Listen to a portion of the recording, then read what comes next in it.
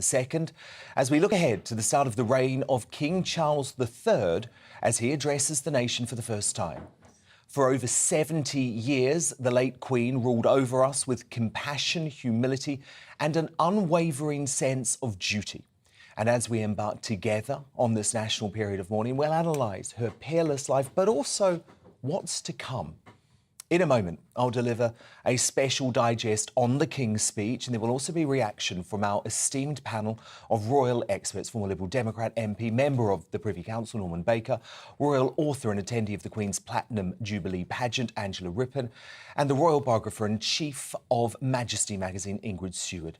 You'll also hear from royal commentators Lady Colin Campbell and Richard Fitzwilliams, and there will be some familiar faces from our GBNews family too with me throughout the night.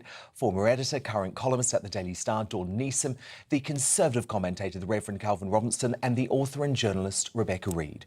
But first, I want to start tonight by crossing live to Buckingham Palace, where we're joined by our home and security editor, Mark White. Mark, are the crowds still out in force?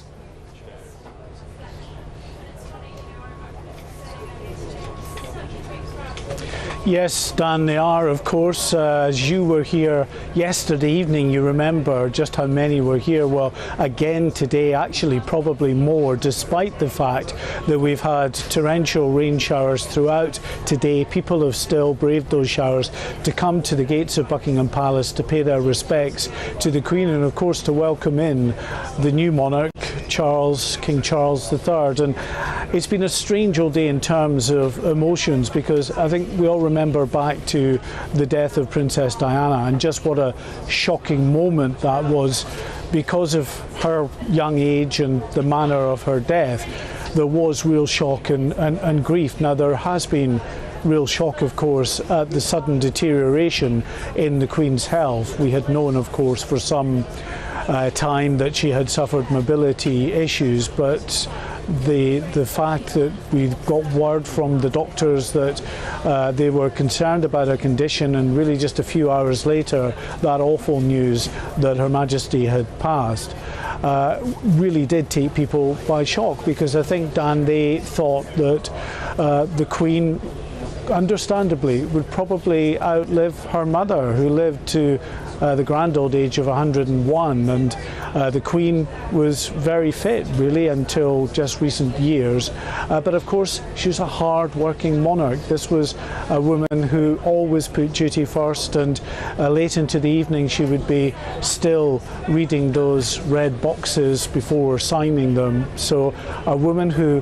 put duty first but worked very hard over the years, and as I say, the shock at her death has been mixed with the good wishes, really, and the sign that there is continuity in the monarchy here, in that process in the United Kingdom, and of course in the other realms that King Charles III is now head of state of. And we saw it when he arrived here at Buckingham Palace this afternoon.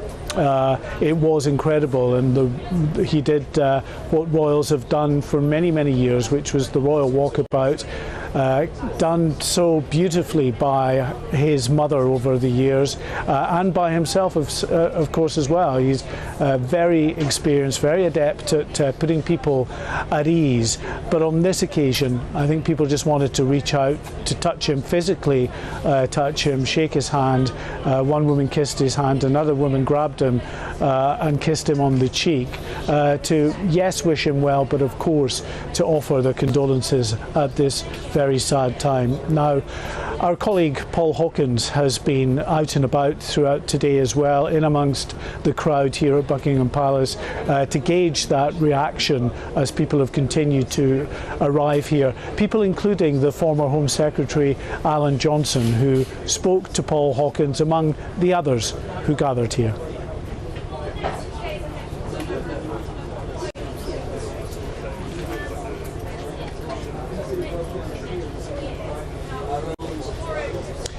And so Paul, I mean, as I say, spoke to Alan Johnson and so many people throughout today who wanted, of course, to pay their respects to Her Majesty the Queen, Dan, to really mark that life of service that she gave, but to wish the new monarch well as well in the job that he undertakes. No easy task, of course. As I say, it's not just about the United Kingdom, as important as that is. There are 15 realms that King Charles III is head of state of, and then there's the wider Commonwealth of more than 50 nations and the wider world. I was speaking last night to people who were not from Commonwealth countries but from America, from Italy, other European nations, who said that they had grown up with the Queen as well, and who really had been very fond of the Queen, and absolutely acknowledged just what a uniting force in many respects she was. So tomorrow we are looking forward to a weekend really where many thousands will come here. Hopefully the weather will be a bit better than it has been the last couple of days, but it's also, Dan, of course, the weekend. So people who've been working the last couple of days who couldn't get down to Buckingham Palace, they'll be able to come here to pay their respects and to, of course, perhaps if they're lucky, see part of that ceremony where King Charles III will be proclaimed as monarch in that accession ceremony that's taking place just about 50 to 100 metres up the road at St James's Palace. Starts about 10 in the morning and then he will be formally proclaimed monarch in a public proclamation at 11 o'clock. So a big day as we go into what is likely to be a couple of weeks of poignant ceremony as we mark the departure of Queen Elizabeth II and the new monarch, King Charles III. That's Mark White, our Home and Security Editor, live at Buckingham Palace. My digest on the Queen's speech in just a moment, but first, over to the news desk with Ray Addison as we hear exactly what His Majesty King Charles III had to say.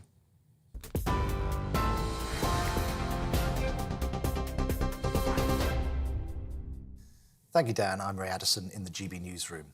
King Charles III has made his first address to the nation, renewing the promise of lifelong service made by his mother, Queen Elizabeth II.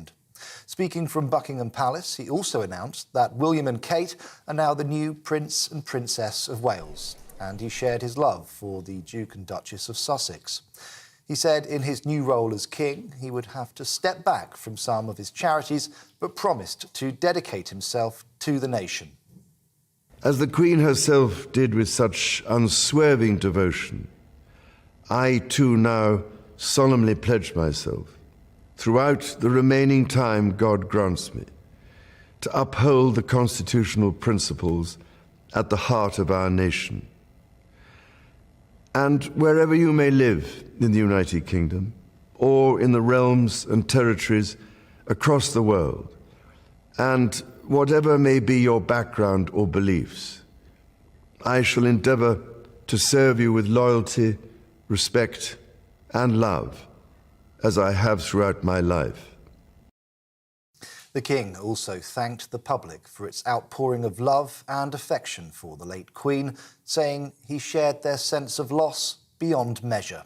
He went on to make a heartfelt tribute to both his parents. To my darling Mama, as you begin your last great journey to join my dear late Papa, I want simply to say this: thank you.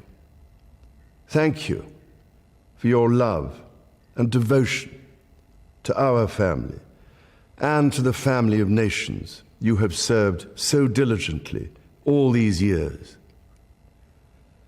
May flights of angels sing thee to thy rest. Well, earlier on, the new Prime Minister had her first audience with the King. Liz Truss, who took office this week, was welcomed by King Charles at Buckingham Palace, where she offered her condolences. This was the first of what will be their regular weekly meetings, but following tradition, their discussions will remain private. God Save the King has been sung for the first time at a service of prayer and reflection following the death of Queen Elizabeth.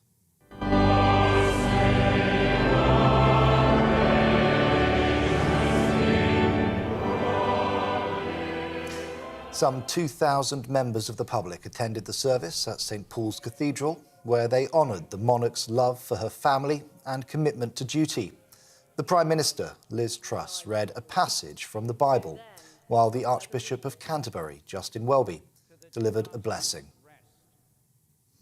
Earlier, gun salutes were sounded across Britain to mark the death of the Queen.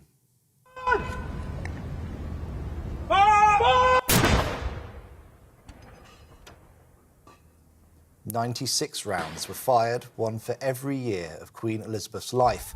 A period of royal mourning is currently being observed, lasting from now until 7 days after her funeral. Parliament is sitting to allow members of both houses to pay their respects to Britain's longest reigning monarch. This morning, there was a Speaker's procession into the chamber ahead of a minute's silence. The Prime Minister then led the tributes, praising Her Majesty for her dedication over her 70-year reign. During the darkest moments of the pandemic, she gave us hope that we would meet again. She knew this generation of Britons would be as strong as any. And as we meet today, we remember the pledge she made on her 21st birthday to dedicate her life to service. The whole House will agree. Never has a promise been so completely fulfilled. The Leader of the Opposition, Sir Keir Starmer, told the Commons the Queen was always there for the nation, through good times and bad. For the 70 glorious years of her reign, our Queen was at the heart of this nation's life. She did not simply reign over us. She lived alongside us.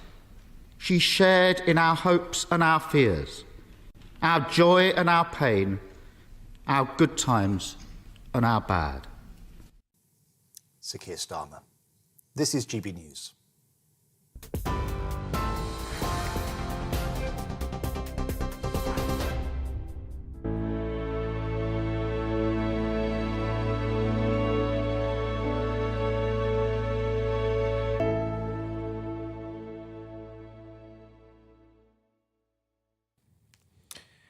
It's often said that it's in times of crisis and existential challenges where real leaders emerge.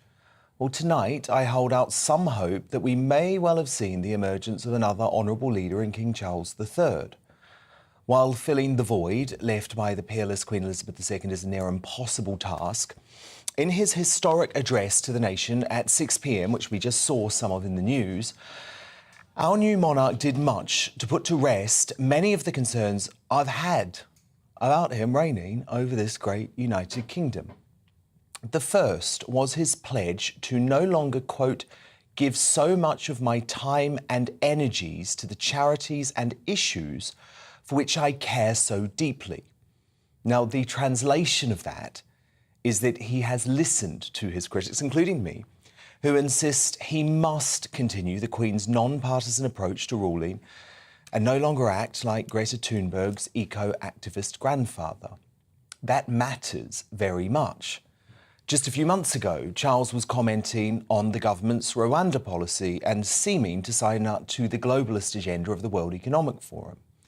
As our head of state, that politicised approach could soon lead us down a path to a constitutional crisis. But what Charles needs to realise is that we are willing him to succeed. And today, and I am delighted to say it, it was a pitch-perfect start. When the new king arrived at Buckingham Palace, he signalled he will be a monarch we can see up close and personal, as he accepted hugs and kisses and handshakes from mourners on a surprisingly long and intimate walkabout outside the gates.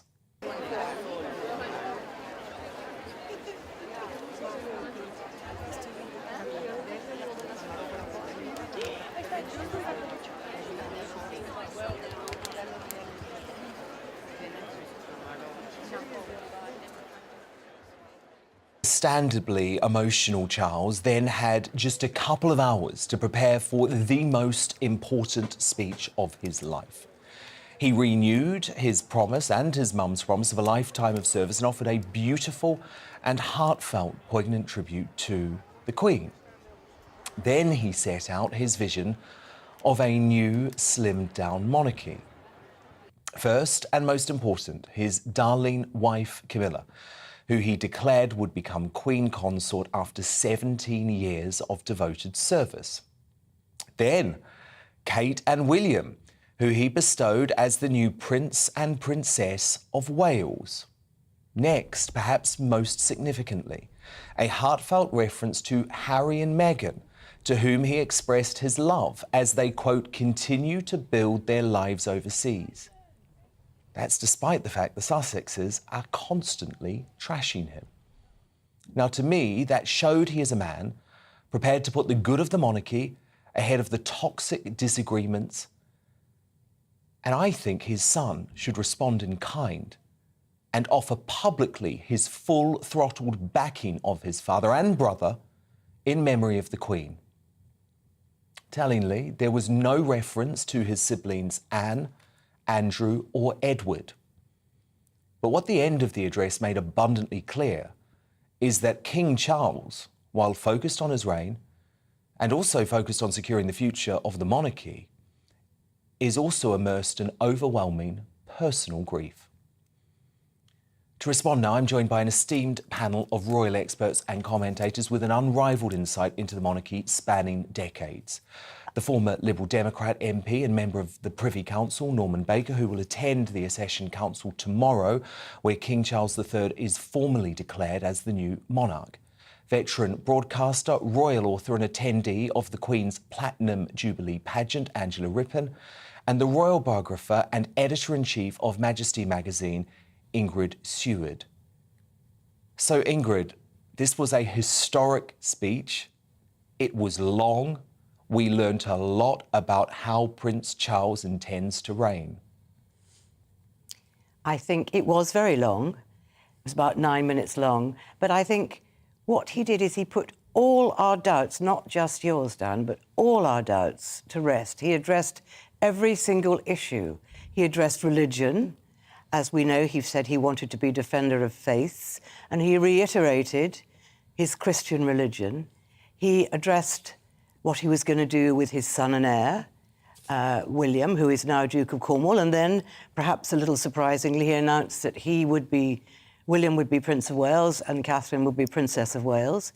He even addressed the sticky problem of his younger son and said how much he loved Harry and Meghan and hoped they would be happy in their future living out of England. Not those words, but that's what he insinuated.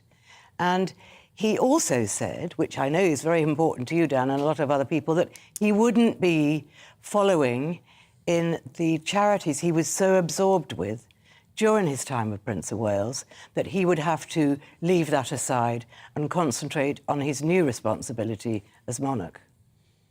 Norman Baker, that was, to me, the most important and the most significant line of the speech, because he was acknowledging that he can't continue to be a political campaigner. Yes, he did acknowledge that implicitly, Dan, rather than directly, I think. But that's a very welcome statement.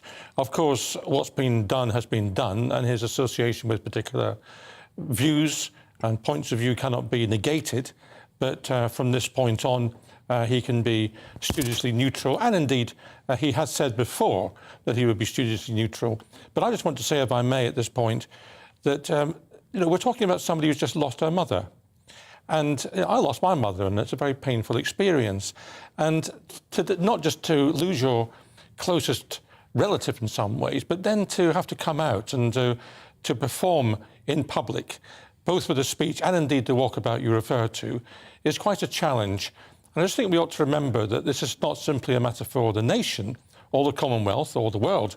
It's a matter also for individual members of a family who've lost their mother, lost their grandmother. And let's have some thought, I think, for that personal pain that Charles and others would have gone through. And he overcame that, really, I think, in the speech he made to the nation tonight. No, and I think that is such a fair point, actually. And even though obviously I am analysing the speech from a historic context. Absolutely, I think the pain that he is feeling on a personal level was very clear for all to see. And Angela Rippon, it's so great to have you here. It was beautiful, the way that he paid tribute to his mother, wasn't it? It was indeed, but you know, Dan, I'm going to take issue with you on your interpretation of some of the things that he said. Good, go on. I yes, like I'm that. going to. You know I'm going to. That's what you're here for. Exactly. I mean, first of all, I do wonder whether or not you have read and seen and heard the interviews with Charles previously to him becoming king, that I have done, and maybe many people watching this programme have. When you say, oh, you're delighted that he's made it clear today that he's not going to be involved with all of the charities and the issues and all of the other things that he's said that so many times. In fact, in a film that he did in tribute to Her Majesty the Queen, he actually says the words, "I'm not that stupid. I know that I'm not going to be able to go on making comments about contentious issues." He's already said that, so I don't think anyone should be surprised that he's endorsed that, if you like, today in the speech that he's just given. And your interpretation of his mention of Harry and Meghan, yes. I really have to take it. No, I have to take issue with you that on, Dan, because he's not basically saying that they are going to be members of the new slimmed down royal family. In fact, he's making it absolutely clear they're not going to be. And you shouldn't be surprised that he didn't mention either his brother Edward or or Anne, because Princess Anne is the hardest working member of the royal family already. He already relies on her. She was in Scotland, she was in Balmoral with the Queen when she was taken ill, because she was fulfilling many of the engagements that Her Majesty would have been fulfilling at that time. She is very... There's going to be what I think we're all going to end up calling the Magnificent Seven, which is going to be Charles himself with Camilla. He's going to have William and Kate. He's going to have Edward and Sophie. And he's going to have Princess Anne. And those 7 members of the family are the ones who are going to be the core of the hard-working, slimmed-down royal family. He doesn't need to mention the other 2 because he knows, as he said in that statement, they're building their own lives in America. All right, it was wonderfully compassionate for him to be magnanimous and basically wish them well in their new lives in America. But for me, that was saying, you're out, lads, and you're not going to be part of the new family. He didn't need to mention the other 2 because we know that they are already hard-working members of the family and will consider to be so. OK, very interesting analysis. I like that. Ingrid Stewart, one question that I would put to you on that, though, is when it comes to Harry and Meghan, wasn't there also something strategic going on? Remember, these are 2 individuals who are intending to, in the near future, by the way, the near future with the publication of Harry's autobiography, intending to cause damage to the monarchy, and specifically intending to cause damage, we believe, to Camilla, now Queen, and potentially Charles, our King, too. Wasn't he almost strategically love-bombing to say there is another path here? I don't think so, because I love Angela's comparison to the Magnificent Seven. Definitely a headline writer for The Sun, Angela. Right. Great headline. Yeah. But I actually think that I have this feeling, and I've always said this, with a lot of opposition, I don't think Harry has to say anything much in that book. The ghostwriter is extremely good, and he's brilliant at kind of portraying someone in a brilliant way, so he's not actually damaging anyone else by saying it.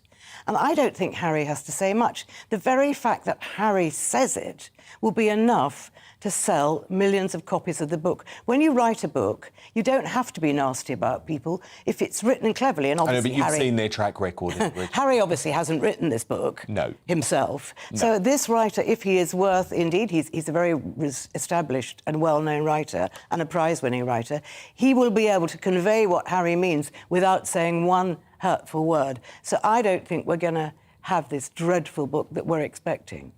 Norman Baker, anything you want to pick up? Well, I think finally, I think Charles had to mention Harry and Meghan. He couldn't not mention them. It would have been a matter of observation and comment had he not done so. And I think he mentioned them as little as possible. In a positive way, he mentioned them. And that was probably the intention, to kind of make sure that wasn't raised as an issue. I'm slightly worried by Angela's Magnificent Seven, because the last time we had a comparison, it was a Fab Four. which was... Which Harry, went disastrously Harry and Meghan wrong within about 4 William months. and Kate didn't really work out very well. So let's hope the Magnificent Seven is rather more successful. Yeah, but Harry and Meghan aren't involved in it. So No, they are, yeah. but the analysis of... Yeah. No, OK. Well, look, that was a fascinating start. Norman Baker, Angela Rippon, Ingrid Stewart. The great news is all three are here all night, so please do stay with us. But earlier today, Parliament met as our politicians paid an emotional tribute to Queen Elizabeth II, starting with Prime Minister Liz Truss. She was devoted to the union of England, Scotland, Wales and Northern Ireland. She served 15 countries as head of state, and she loved them all. Her words of wisdom gave us strength in the most testing times. During the darkest moments of the pandemic, she gave us hope that we would meet again.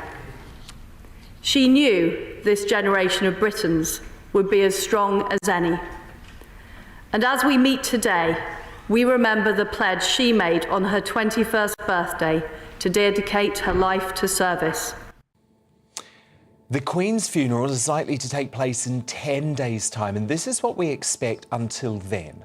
Tomorrow, as I mentioned, the Accession Council meets at St James's Palace to formally proclaim King Charles as the new sovereign. On Sunday, the Queen's coffin is expected to be moved by hearse from Balmoral to the Palace of Holyrood House in Edinburgh to rest until the following day. A ceremonial procession should go along the Royal Mile to St Giles Cathedral in Edinburgh on Monday. On Tuesday, the Queen's coffin will likely be flown to London to lie at rest at Buckingham Palace. That is a change in the original plan I spoke about last night, which would have seen the coffin transported by train. Wednesday will see the first big ceremonial event in London as the Queen's coffin is borne on a gun carriage from Buckingham Palace to Westminster Hall for her lying in state. And not until the following Monday is her state funeral expected to take place at Westminster Abbey. It will be attended by dignitaries, potentially including the US President Joe Biden. So to talk us through what is going to be a phenomenal few days in British history, I'm joined now by royal commentators Richard Fitzwilliams and Lady Colin Campbell. Now, Richard, we haven't had a formal announcement of the funeral date yet. Is there a reason why?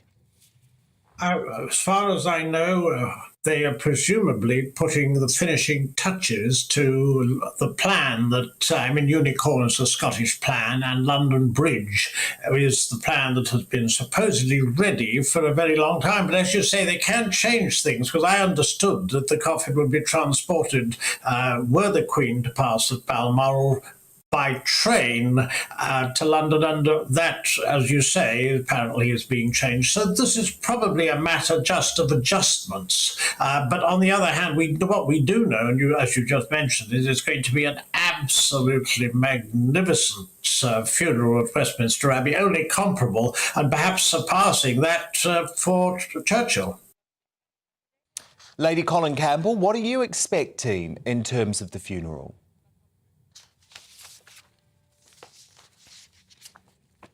I would imagine, the Duke of Norfolk, who is the Earl Marshal, is responsible for it, and he's going to be organising it.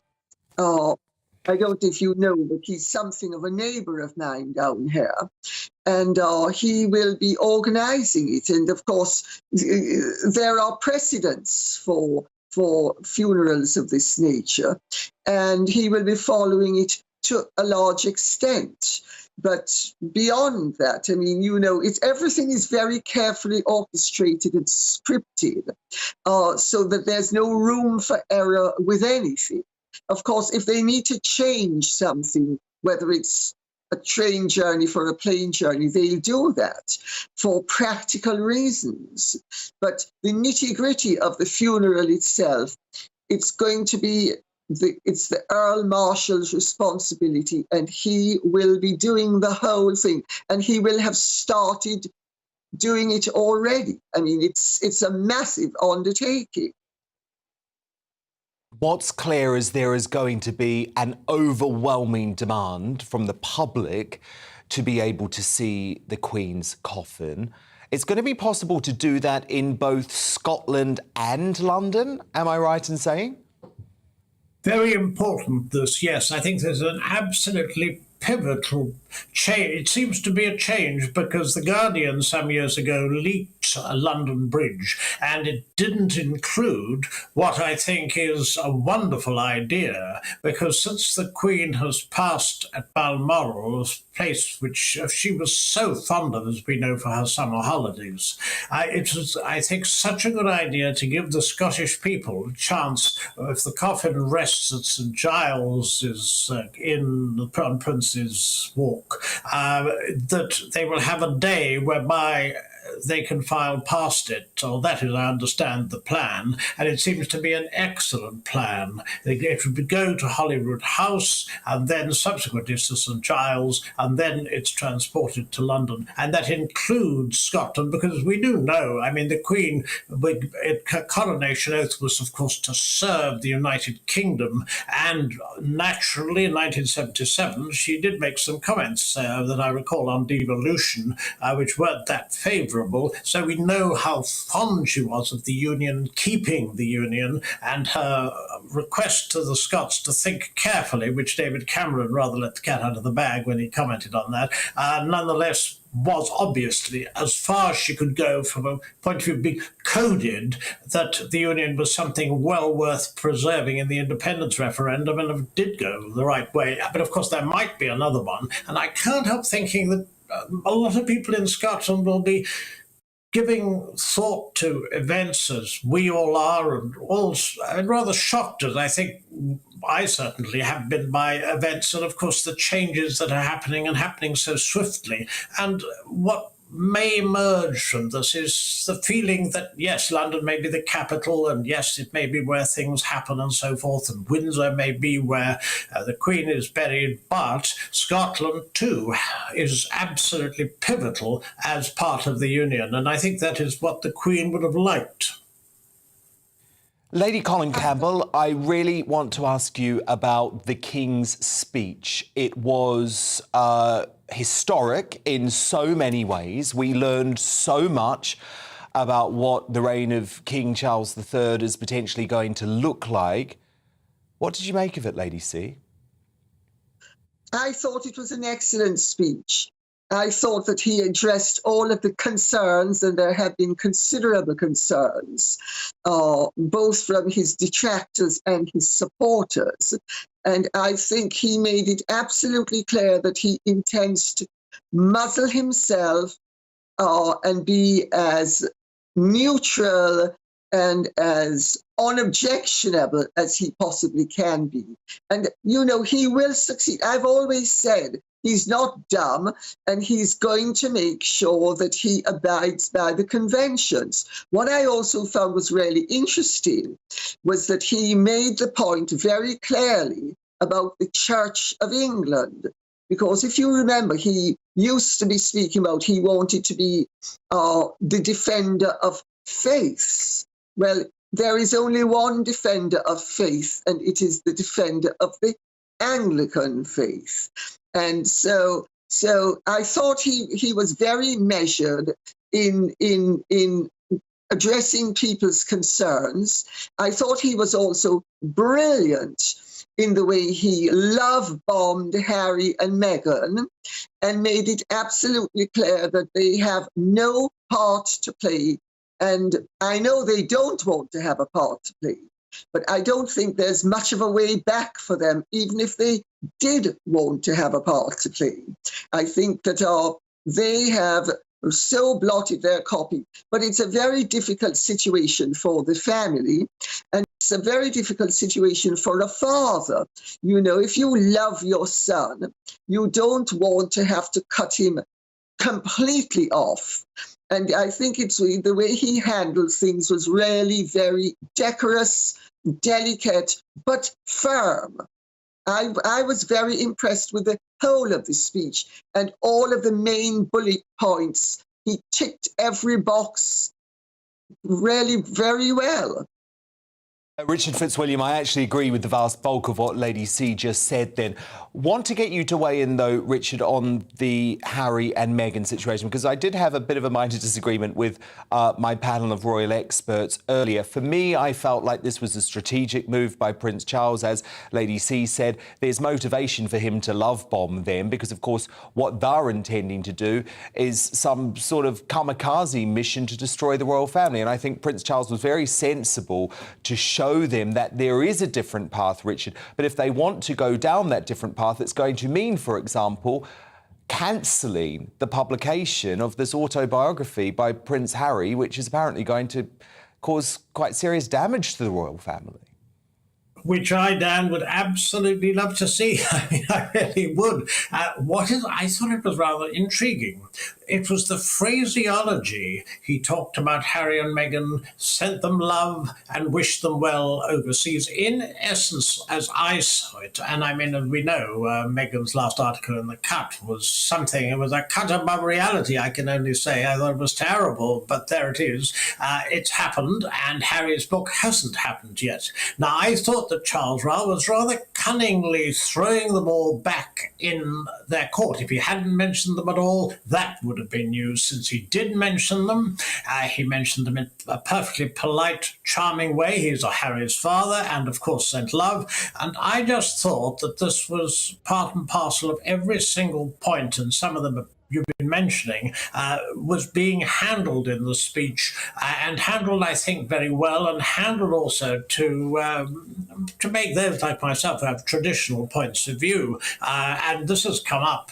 For example, I would like to make a point to Angela. I totally agree that if Charles thought that he could be an activist when he was king, he did indeed say when he was 70, I think it was, "I'm not that stupid." But if in fact you just think back 10 years before that to the Sunday Times written by a certain Jonathan Dimbleby, and I think I remember a disastrous television interview which he was involved in where Charles admitted adultery. That was also the one where he talked about being defender of faith. And then there was a book, 700 pages, I've read some of it, which was frankly framed his parents as being somewhat distant, to put it mildly. All of that, if you actually think of a Sunday Times article, it said, "Crown me King Medal," and it talked about Charles being an explosive king. So that is the advice he was getting. It's not the advice he's getting now, and it's not what he's going to do. And that's why I am very relieved with that speech. That and the fact it was beautiful, ending with a quote, may I say, from Hamlet, which was, I thought, very appropriate and a wonderful tribute to a brilliant sovereign. Also, I noticed Charles has always felt that when he calls the Queen mummy, people like it. So I rather loved the way he ended the speech, talking about his dear mama joining his dear papa. Absolute magic. No, I agree with a lot of that, Richard, and I think especially the point that actually there was reason for us to be concerned about the fact that Prince Charles was potentially going to be an activist king. Remember, it was literally just a couple of months ago that he was briefing the Times newspaper about the government's Rwanda policy. So, you know, the proof is going to be in the pudding, but it was certainly the right approach. Lady C, I just wanted to pick up one point with you, though. He failed to mention his siblings, so no mention of Princess Anne, no mention of Prince Edward or Sophie, who was obviously a favourite of the Queen, and no mention of Prince Andrew. Should we read anything into that, Lady C? I think it was very dexterous and diplomatic of him to not, he couldn't mention two without mentioning the third. And in the circumstances, the best thing was to mention none. Everybody knows that Princess Anne is the hardest working member of the royal family. She is an integral part of the whole operation. Prince Edward and Sophie are very hardworking members of the family as well. And because of the whole difficulty with the Andrew situation, I mean, he would like to be a working member of the family, but he's not being allowed to be because of all that has happened. I think it was politic, and I think it was also diplomatic and tactful to just avoid siblings altogether. Had he mentioned the two without the third, it would have caused a ruction. And it wouldn't have only caused a private ruction, it would have caused a tremendous amount of public speculation. And I think this is not the time to have public speculation and controversy and anything untoward taking place. I think we need to have the Queen buried, and we need to have Charles's reign starting in a nice, decorous manner. And so far, so good. I thought the speech was really very well considered. Everything that should be said was said, and everything that shouldn't be said wasn't said. My royal masterminds, brilliant stuff as always. Lady Colin Campbell and Richard Fitzwilliams, thank you both so much. We'll be speaking to you a lot, of course, over the next 10 days. But joining us now from outside St Paul's Cathedral, where a service of prayer and remembrance for the Queen was held earlier, is our London reporter, Alice Porter. Alice, the Prime Minister in attendance. What else went down tonight? Absolutely. We heard from Liz Truss. She did a Bible reading from Romans, and it was quite extraordinary to think it would only been a few days before that she'd actually met the Queen at Balmoral, and here she was a few days later. But she was just one of so many people who really packed out St Paul's. There were, of course, politicians from both sides, from both parties. There was the Archbishop of Canterbury. We had the Dean Designate, who's in fact the new Dean of St Paul's. So new that in fact that's why he's the Dean Designate, because he doesn't actually sort of start in 2 weeks. But my goodness me, what an extraordinary opportunity to lead a service in this situation. He said to me when I spoke to him earlier that actually this morning he had sworn an oath of allegiance to the King, and that was actually quite remarkable because he was, of course, so new to the role. And there was an absolutely incredible sort of pomp and ceremony in so many ways. There was the most beautiful music. One moment that really struck in my mind really was there was a man playing a lament on a bagpipe, and he came all the way down the centre of St Paul's Cathedral with the noise just getting louder and louder. And then, of course, as you were just saying earlier there, we also had our first address from our new King, which was right at the beginning of the service and was sort of broadcast out to the nation, but also round St Paul's Cathedral, and it really was extraordinary to hear. But whilst all this may sound quite sort of lofty, sort of talking about sort of bagpipes and prime ministers and deans, this was actually very much a service for the people. There were 2,000 tickets that were for ordinary members of the public. They were completely for free of charge, and I've been out here today and saw people queuing round the block to get one of those tickets so that people could come and pay their respects to Her Majesty. Alice Porter, witnessing history at St Paul's Cathedral in central London. Alice, thank you so much. Now, perhaps the greatest quality of Her Majesty the Queen is that she touched the lives of so many people, regardless of their nationality, age and creed. Right. She was even popular with those people in our country who wish to abolish the monarchy entirely. Political commentator Brendan O'Neill, one of the regular contributors on my show, is and always has been a Republican. However, he says he feels a great sense of loss over the Queen's death. And in a column for The Spectator titled A Republican's Tribute to the Queen, he writes, Elizabeth II represented something incredibly important. She embodied values that are at risk of extinction. She represented history in an era of anti-historical hysteria, forbearance in a time of narcissism, and public service in an era of self-worship and self-regard. That was the great irony of Elizabeth II. She was the pinnacle of the establishment, and yet she bristled with every fibre of her being against the values of the new establishment. She was accidentally countercultural, a traditionalist rebel, and I, for one, loved her for it. Brendan, beautiful words. It really does speak volumes about the popularity of the Queen, that she's admired by Republicans. Absolutely. I describe myself as a Republican for Elizabeth, which I know is a bit of a strange thing to be, but I have always been a Republican for my whole adult life. I'm still a Republican. I would still like to get rid of the monarchy at some point in the future, but I had a huge amount of admiration for Elizabeth II. I thought the values and the virtues that she embodied were extraordinarily important in terms of public service, loyalty, stoicism, forbearance, all of which cut against the grain of our contemporary era, which is one in which we are supposed to be much more therapeutic, to let everything hang out, to share our emotions constantly, and to be self-obsessed. Contemporary culture encourages us to be self-obsessed and self-regarding and narcissistic. And she rose above all of that and demonstrated to the country and to the world that it is possible to give yourself over to something bigger than yourself. And that's important for Republicans as well as for monarchists. Brendan, of course, it's not expected that Republicans are going to be quite so favourable to King Charles III.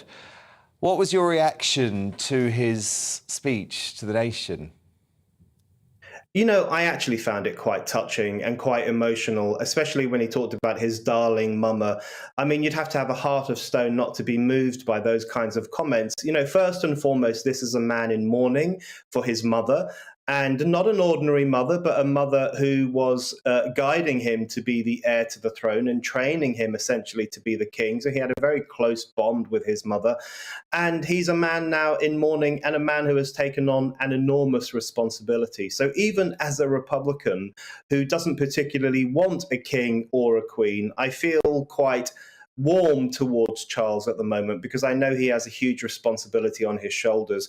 I do think he will be a very different monarch to the Queen. The Queen was famously Herculean in her ability to rise above politics, to not express her views and not to express her emotions, whereas I think Charles is likely to be a more interventionist monarch, which I think could cause problems for the monarchy. But right now, I think we should give him the benefit of the doubt and let him settle into his new role, and the debates about the future can wait a little bit longer. I agree with that, especially given that he did his best tonight to show, or at least to try and convince us, that he is going to be different and he isn't going to interfere in politics. Brendan, I just want to ask about the pageantry of the next few days and also the media coverage. I think I always want to be honest about discussions that are going on in the country. The whole point of GB News is that we do have the debates that the rest of the media isn't having. Do you worry, Brendan, that there is a risk of some folk, perhaps the media, perhaps the political establishment, going over the top? I mean, at the moment, this obviously feels incredibly raw. We feel, a lot of us, like we've lost a relative, someone who we knew. But with the cancellation, for example, of the Premier League matches at the weekend, does it risk turning off some ordinary folk? Well, that's a very good question. And I got a message earlier today from someone saying, look, you are on record as criticizing the overreaction to Princess Diana's death, which I have done in the past. I have said that there was a moment of hysteria. How dare you? I know it's something that you will not agree with at all, no. Dan, but I have criticized the post-Diana moment. And someone said to me, will you now criticize this moment too? It's very different. It's different because Princess Diana, I know she was admired and adored by vast numbers of people, which is incredibly important. But the Queen was the head of state for 70 years. She was the head of this country. She was the head of the Church of England. She was a global figure of historical importance. That does need to be marked. And I'm saying that as a Republican. I'm saying that as someone who doesn't really believe in the institution of monarchy.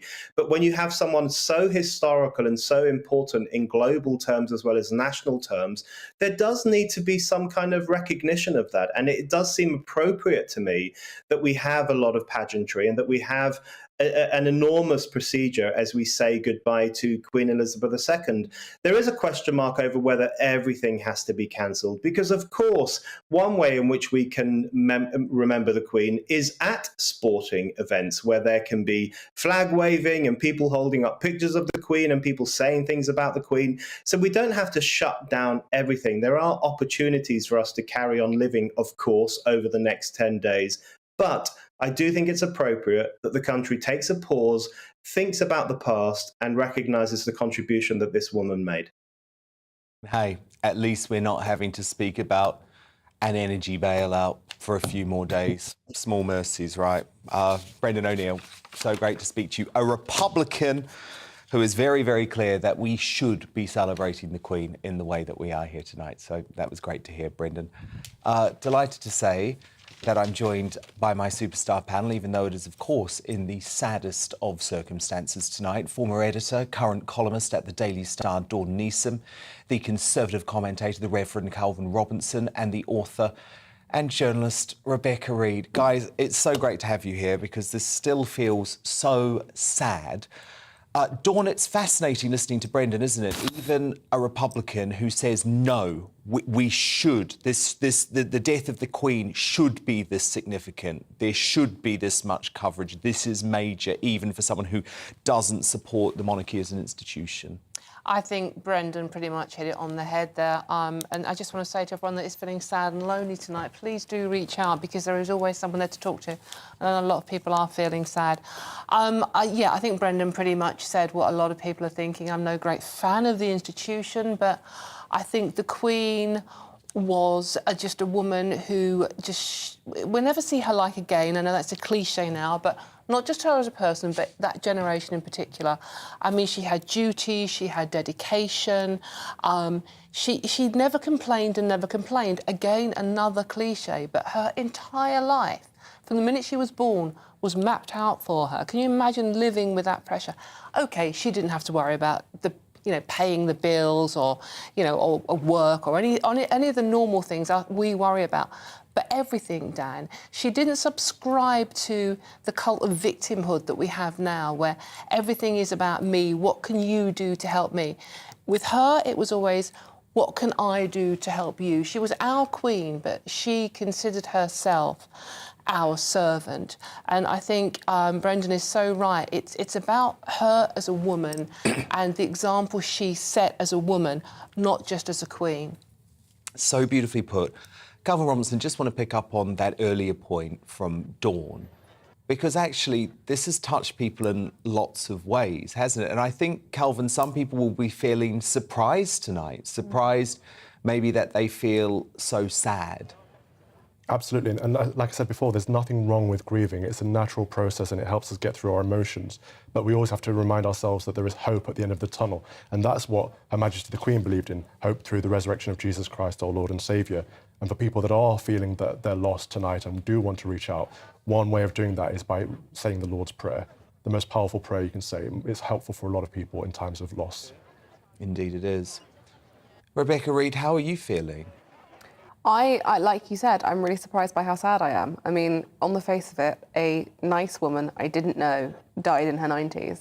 So why am I genuinely really sad? And I had the radio on yesterday when it was announced. I was giving my daughter a bath and I just absolutely burst into tears. And she is 5 months old. She was looking at me like, what's wrong with you? But it was extraordinary. I think, like a lot of people, I genuinely can't quite process why I feel like I've lost my grandmother all over again. I know, and she'll be one of the last little ones born in the Elizabethan era. However, we'll never know the Queen in the way that we knew the King. She will grow up with Prince Charles as that constant in her life. Dawn, I want to speak about Prince Charles. Of course, a really significant address less than 3 hours ago. The King's speech. There was a huge amount in it, Dawn. What was your reaction? Did he do enough to allay some of those fears that this might be a political king, a campaigning king? I think he did. I was very impressed for a start. I wasn't quite sure what I was expecting, but given his previous behaviour with interfering, the infamous black spidery letters complaining about everything under the sun to various politicians. It didn't put you in the right frame of mind with him initially. But I think the speech tonight, Dan, or today, was very reassuring. I thought he was very emotional. I thought he said an awful lot that I think people wanted to hear, and I think it was from the heart, genuinely. What I personally particularly liked was the fact that he mentioned Harry and Meghan, because I think the one thing the Queen would want is to have that family reunited. And I think the fact that Prince Charles has reached out in that way by specifically mentioning them with love, hopefully will mean that this hideously sad rift between the two boys in particular can finally be healed. Calvin Robinson, I really want to ask you about that too, actually, because I think Prince Charles got the tone perfectly right when it came to Harry and Meghan. What he was essentially saying is, you are loved, you could have been part of this family, you made your decision. The ball is now in your court if you intend to continue your kamikaze mission to destroy the royal family. And actually, Calvin, I think he's made it much more difficult for them now if they press ahead with their campaign of destruction, because believe me, if they care about the legacy of the Queen, they will not do that. Absolutely. He laid it out very clearly. He said, Harry and Meghan, they're overseas, as if they're not a part of this. And he laid out who is a part of the royal household, who's a part of the firm. The speech, I enjoyed it, actually. I thought it was very stoic for him, a lot more emotive than Her Majesty the Queen would have been, but there is a difference in character traits. You know, famously, I'm not a fan, or I haven't been a fan of Prince Charles. I didn't like his connections to the WEF. I don't like his obsession with net zero and the green policies. But I'm willing to give King Charles III a chance, the benefit of the doubt, because he did say that he's going to be less political. He's going to step away from all that. And he will have influence, of course. He'll have his regular meetings with the Prime Minister, where he'll be able to express his concerns, but they won't be as public as they have been previously. And listening to the speech, I was trying to find the balance of maternity versus tradition as well. And he mentioned progress quite a lot, but he also mentioned the Constitution. So I do think he's keeping a foot in both camps and trying to add balance to that. And he mentioned its sense of duty and obligation, all of these things that the Queen really cared deeply about. I do think there's a continuity there from her handing down the baton to him in the style of that respectful obligation to serve the nation as well as to serve God. And of course, he did mention this is now a society of many cultures and many faiths. That did great with me a little bit, because he should be, as the King of England, he should be celebrating the English culture and the English faith, the Anglican faith, is what he should be defending. So I'm very cautious when he starts talking about many cultures and many faiths. Calvin, we will wait and see. Not just the English, British. British culture too, absolutely. Please. Absolutely. And the Commonwealth, actually. Calvin, I think it's really important, by the way, that, look, we accept the King is grieving and absolutely we will give him a chance. But when I did speak about the King's address in my digest at the top of the show, I did mention his campaigning, I did mention his eco agenda, I did mention the World Economic Forum, because at the end of the day, Calvin, up until very, very recently, he has been an active participant in those areas of politics, even though folk like me and you were saying, don't, you're going to be king soon, just stop. So we have to keep him honest, Calvin, because actually he may not have included this pledge to stop his campaigning if there hadn't been the criticism. Absolutely. I really 100% backed your opening digest as well. That's fantastic. But I do think we have to keep applying that pressure. It's impossible for the King of England to be politically aligned with the World Economic Forum and the Global League, who have an entirely different agenda. Well, it's terrifying. And not to mention, Calvin, by the way, taking money from incredibly dodgy Middle Eastern regimes, of course, as well. And Harrods bags, yes. Yeah. All of that. It was Fortnum and Mason, actually. Was it? That's right. You got it right, darling. Harrods is actually kind of Rebecca tacky. Reid, what did you make of the speech, Rebecca? I thought it was lovely. I gently disagree with you guys about having him sort of quietly trying to lay down the law with Harry and Meghan. I think that was a father who genuinely loves his son, who has lost his mother. His mother has died. I hate this past and lost. That's not what happened. And the Queen would never have said past. She would have said done. Quite right. Yeah. But anyway, I think that is a father who is reconnecting with his son, who loves his son. And if you've seen that picture of Prince Harry in the back of the car He's turning his face away and there's rain on the window, but there is just this absolute misery etched in his face. And that is a man who is lost and who needs his family. And I think we've all known families like this who've been torn apart by whether it's money fights or politics or whatever. Or women. Or anything.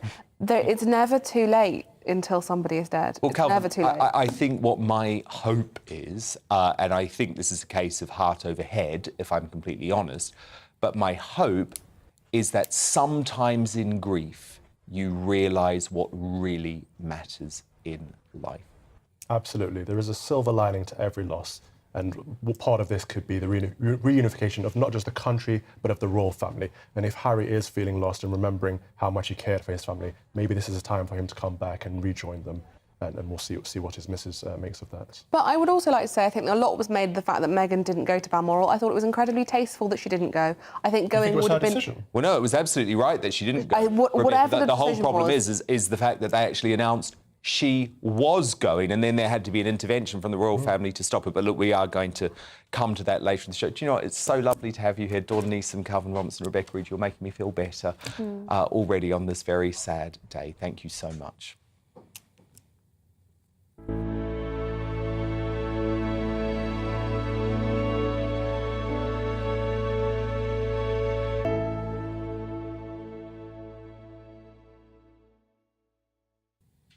This is GB News. I'm Dan Wootton. Plenty more news, reaction and tributes to Her Majesty still to come. We are with you until midnight. Of course, we are dedicating our show to the memory of our greatest ever monarch and also the beginning of the reign of King Charles III. We're going to give you the latest news and reaction as the nation mourns and the world reflects on Her Majesty's magnificent life and legacy. In the next hour, I'll be joined by members of our regular family and an esteemed panel of royal experts to break down the day's big talking points. Ex-British Army Chief Lord Dannatt joins me live to pay homage to the Queen's tireless service to the armed forces. Plus, we'll take a look at Boris Johnson's emotional tribute, decorated with personal anecdotes about the Queen that he gave in Parliament today. But before all of that, I want to cross live now to Downing Street, where GB News political editor Darren McCaffrey is standing by. Darren, very significant meeting tonight between the Queen and Prince Charles. Their first meeting at Buckingham Palace. Do we know how it went, Darren?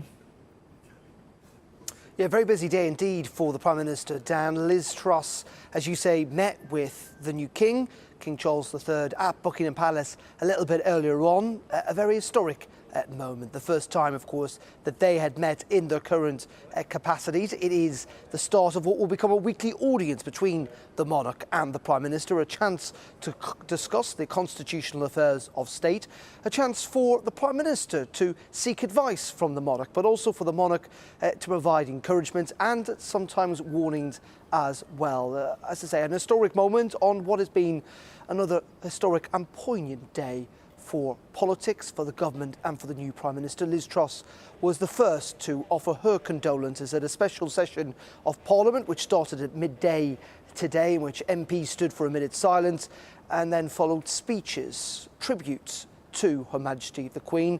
They included not just Liz Truss, who reiterated how she felt the Queen had been the rock upon which modern Britain had been built, but we also heard from two former Prime Ministers who are still MPs, Boris Johnson and Theresa May, who provided not just condolences about Her Majesty the Queen, but also heartwarming anecdotes as well, including, it must be said, one of the funniest speeches I've heard Theresa May ever made. It felt that was something that Parliament needed.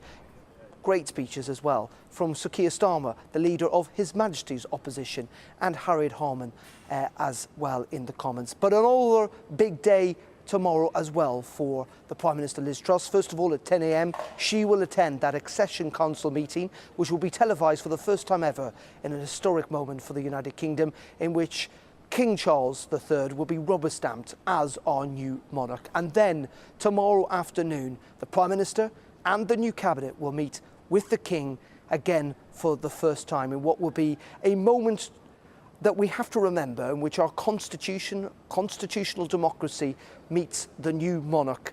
A time of change, it must be said, not just for the monarch, but clearly for the new government too.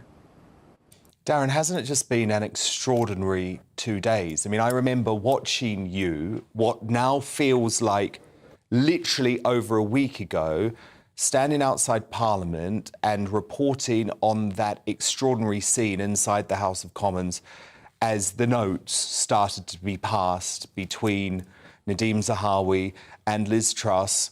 You reported there were fears that something could be wrong. And here we are, 36 hours later, the Prime Minister, in her third day of the job, is having to shepherd the nation through something most of us have never experienced in our lifetime. I mean, these are truly incredible times, aren't they? They really are. And I think it's difficult or easy, I should say, to forget sometimes that Liz Truss was elected leader of the Conservative Party only on Monday. As you say, she met the Queen on Tuesday in Balmoral. And you're right that this is a really, really important moment for her because the Prime Minister has a really key constitutional role in the transition, the phase between one monarch and another. And there is no way that Liz Truss could have been prepared for what's happened this week. She's had to step up. And it's not just that constitutional role, and we'll see lots more of that tomorrow at St James's Palace. As a Privy Councillor, she'll be part of that ceremony that sees King Charles III officially confirmed as a new monarch.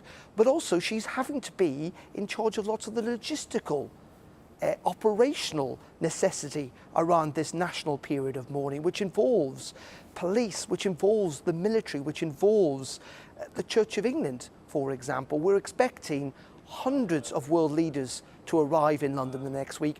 She and the government and our civil service will have a key role in making sure that that goes ahead, just as the Queen, just as Her Majesty would have wanted it to. No, indeed, Darren, and of course, at the same time, and I know we're not going to be talking about it much because the politicians aren't going to be talking about it much, but she still has to make sure that she can push through her unprecedented £150 billion energy bailout before the price cap goes up. So there's going to be so much going on behind the scenes. I have to say, Darren, I agree with you. I think Theresa May was incredible today. I think Boris Johnson was superb. We're going to be playing their speeches later in the hour, actually, before the end of the show. But I think Liz Truss has done a good, solid job. She's taken the country with her in what have been totally unprecedented circumstances. There's not been a new Prime Minister who's had to deal with so much in her first 2 days, 3 days in office. It really is mind-blowing stuff. Darren, you've done a great job. Thank you so much. Darren McCaffrey, our political editor, live from Downing Street. And we've got plenty more news, reaction, analysis and tributes to Her Majesty's passing still to come this hour and beyond. We are here live until midnight and we'll do the same thing to keep you company, to get you through these difficult times on Saturday and Sunday too. But before all of that, the news headlines at 10 with Ray Addison.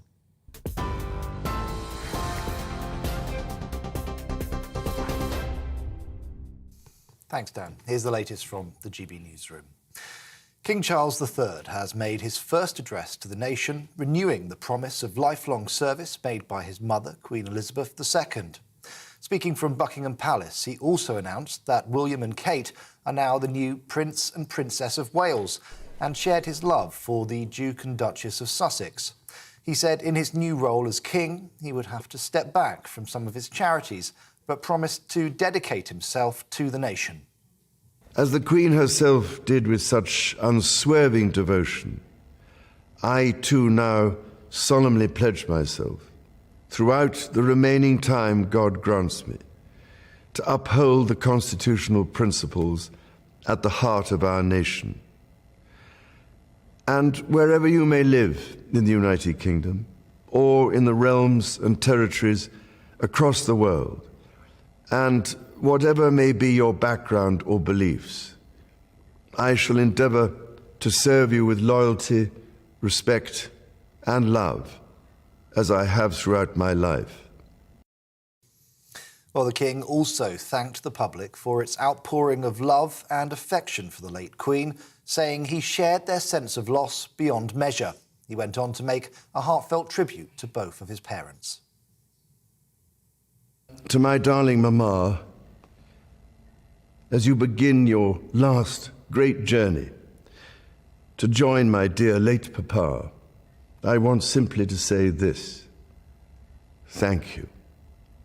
thank you for your love and devotion to our family and to the family of nations you have served so diligently all these years. May flights of angels sing thee to thy rest. Earlier, the new Prime Minister had her first audience with the King. Liz Truss, who took office this week, was welcomed by King Charles at Buckingham Palace, where she offered her condolences. This was the first of what will be their regular weekly meetings, but following tradition, their discussions will remain private.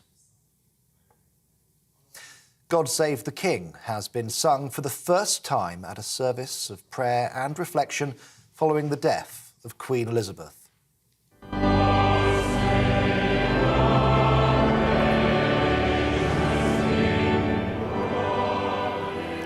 Some 2,000 members of the public attended the service at St Paul's Cathedral, where they honoured the monarch's love for her family and commitment to duty. The Prime Minister, Liz Truss, read a passage from the Bible, while the Archbishop of Canterbury, Justin Welby, delivered a blessing. Earlier, gun salutes were sounded across Britain to mark the death of the Queen.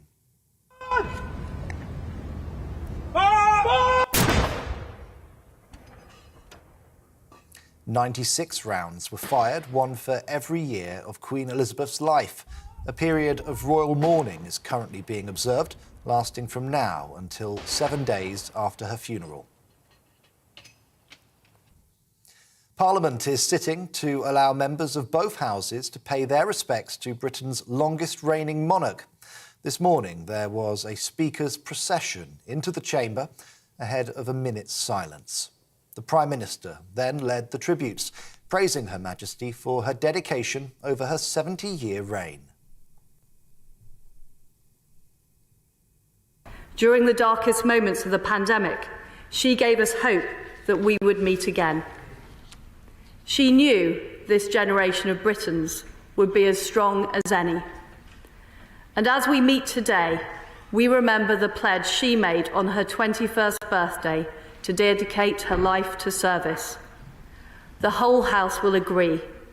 Never has a promise been so completely fulfilled. The Prime Minister there leading the tributes.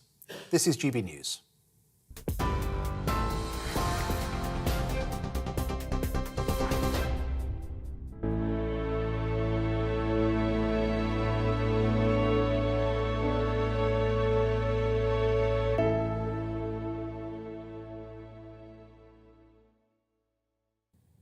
Thank you for staying with us. We are live until midnight.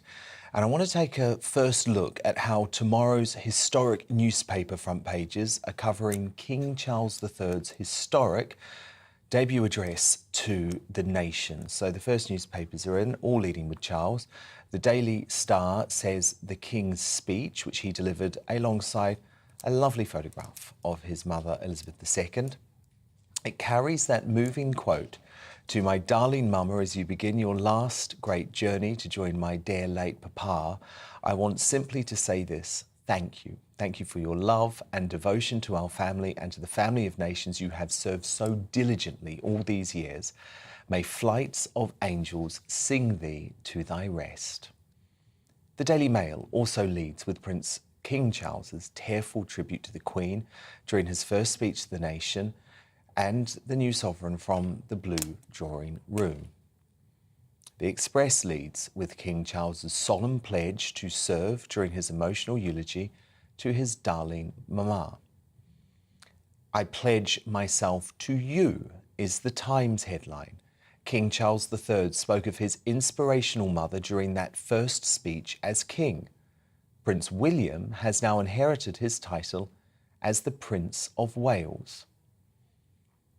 "My darling mama" is the headline for the Eyes weekend edition.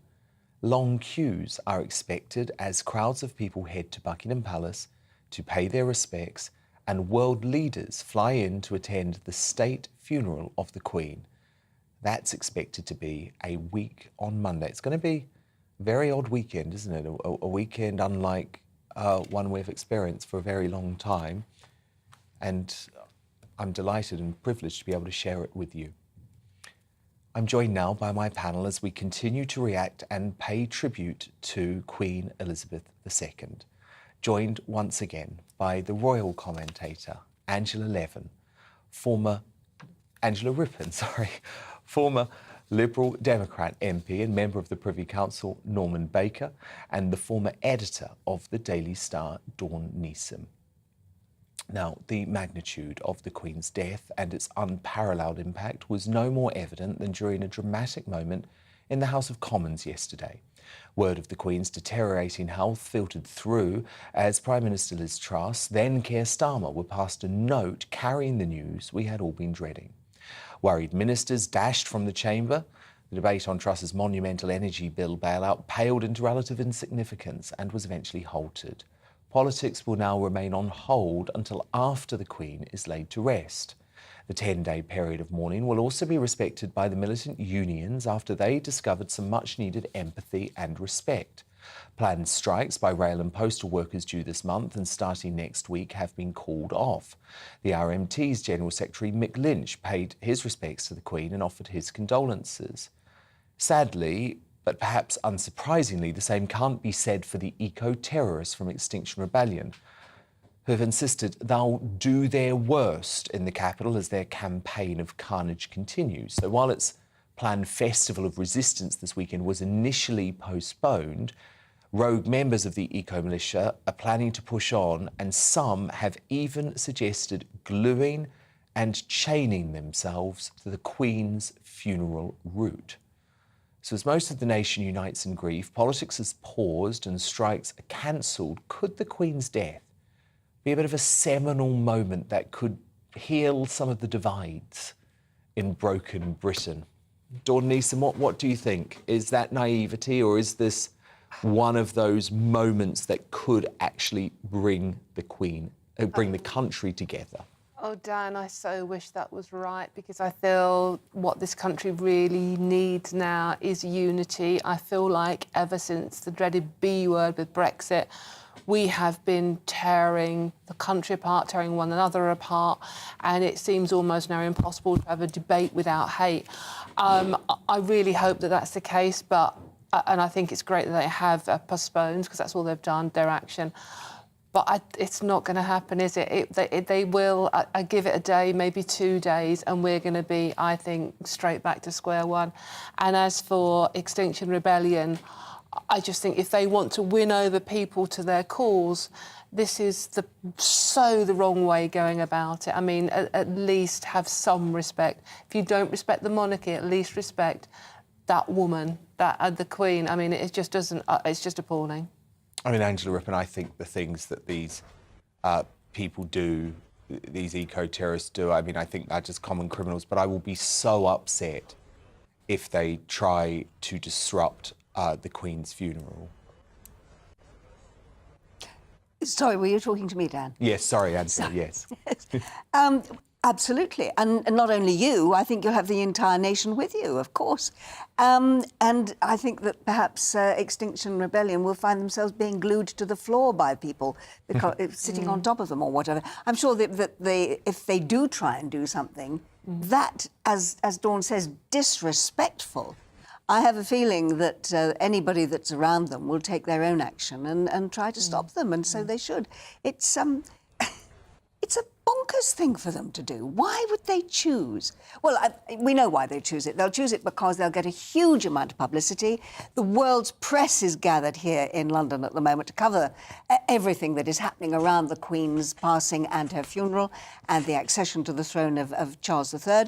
So what an amazing international platform they can see that they've got.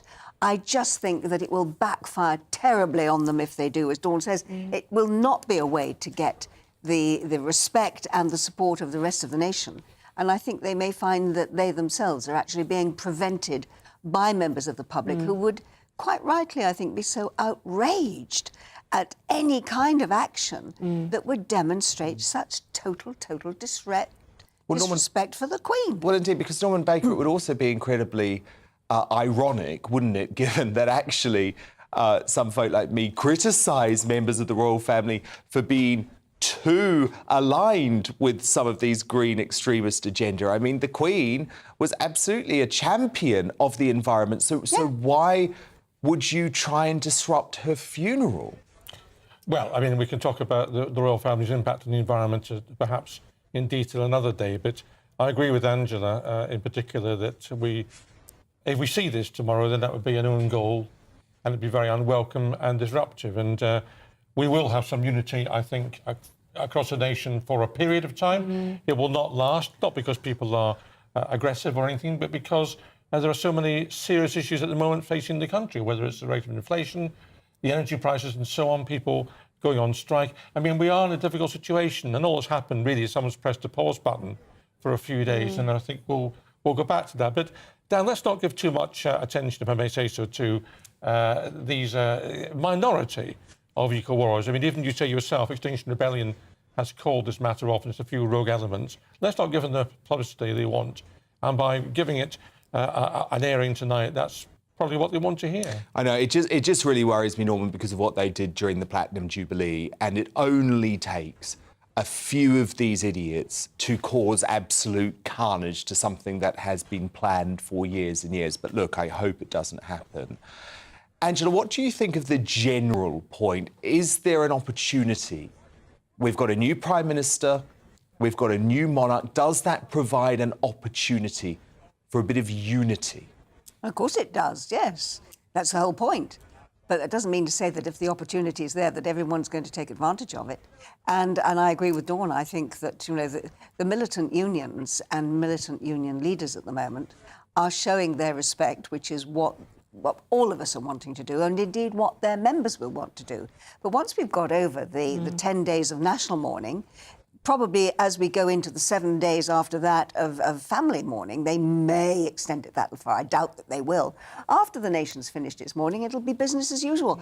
Because what we're talking about here are unions and union bosses who are fighting for the rights of their members as they see it, fighting for the right for their members to be given the kind of wages and the working conditions that they believe that they should have. They're not going to stop just because Her Majesty the Queen has died. That is irrelevant. They will stop now and show their respect to the family and to the memory of Her Majesty the Queen. But it's not going to stop them in their fight for what they believe is their right to fight for their members. Of course it's not. No. You know, I think in a way, why should it? Why would they? Yes. No, and I do understand that. I do understand that. I guess the point that I'm making is that we have had such a divisive couple of years, haven't we? And this maybe just feels like an opportunity to turn the page. I want to ask you all about Liz Truss, though, because, Dawn, do you agree with my analysis that despite the fact she has been landed with, you know, one of the most difficult opening weeks for any Prime Minister, actually, she has been competent, she has been calm, and I really have not picked up much opposition to her from the public, Dawn. I think people genuinely think she's done a good job this week. I think I agree. I think they have, and I think she was pretty impressive at PMQs. I was surprised because she's not a great speaker, but I thought she was very good. I thought she handled Keir Starmer very well, but I thought Keir Starmer came across as quite good in that exchange. But then since then, Dawn, she's had to think of this. You know, Boris had months and months to prepare the speech that he would deliver on the Queen's death, because that's what Prime Ministers do. Liz Truss had a matter of hours. She then had to deliver another tribute in the House of Commons today. She's since given a reading at St Paul's Cathedral tonight. I mean, it's been a lot, given she's also delivered a £150 billion energy bailout. Yeah, look, it has. But, I mean, Dan, she's the Prime Minister. I mean, I don't want a Prime Minister that's going, oh, I can't cope with that. Yeah, but I don't think she is. I just think she's dealt with it very competently. Look, she's doing OK. I think the proof of the pudding is yet to come. I mean, we're only a couple of days in. As I said, at PMQ, she was great. I think she's hit the ground running. I mean, she's sort of like, you know, she's talking a very good talk. I think, you know, once this period... You know what? I actually don't want politics to be on hold, because we've had sort of like 8 weeks of politics being on hold with the Tory party campaigning. It can't be. There's too many issues. I think it just has to be treated in a respectful manner. No, I know, I get the respect thing, but I just think now I also, and I obviously hugely respect the Queen and what's happened, but I just want things to... No, it can't be on hold. But Dan, you I do agree. know they have speechwriters, don't you? I do. I do. And I they do. had all the time in the world to Angela, write though, them. don't you reckon Boris wrote his own? I mean, that was trademark Boris Johnson. Well, probably it was, but he had, as you say, he had a bit more time. Yeah. Liz Truss has got a... Liz, look at the team that was behind Liz Truss during her campaign to become Prime Minister. Look at the people who were PR experts, who all know how to write speeches that hit the right points, that hit the nails on the head. Although she's got speechwriters, so don't worry that she was, you know, well, waiting up until 2 o'clock in the morning to write. To deliver that energy package within 48 hours... No, she didn't. She had that all prepared beyond 48 hours. Don't be silly, Dan. But Angela... You don't believe that kind of publicity, surely. Well, no, I think she's had a lot to deal with. I think what's interesting, though, Angela, what's interesting... Can I interject? Oh, yes, you interject. I interject with a bit of history here, because when I became a Home Office Minister, I had to make a speech, lead a debate on a House of Commons that afternoon on a matter I knew nothing about whatsoever. So these things do occur sometimes. I'm going to be slightly different view from you, Dan, on this, because you say no one's been criticising Liz Truss. Of course they haven't, because no one's criticising anybody at the moment. We're in a period of respect and keeping quiet and not having darts thrown at each other. That's what's happening at the moment. I don't wish to be unkind. I think Liz Truss has had a hugely challenging week as first week as Prime Minister. I mean, she could have imagined this combination of events coming together that she's had to deal with. So, of course, it's been difficult for her. As I said, I don't want to be unkind, but I did think she was, while her words were fine, she did nothing wrong.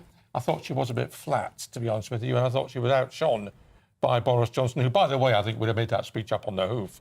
That's the sort of thing Boris Johnson did. Boris is very, very good. Oh, no, and actually outshone by Theresa May. Well, indeed, but I've got a theory on this, Angela, that actually, I completely agree. I mean, when Princess Diana died, Tony Blair seemed to encapsulate the mood of the nation with his speech, and he was a great orator, and absolutely at that moment in time, he took us with us. He took us with him emotionally.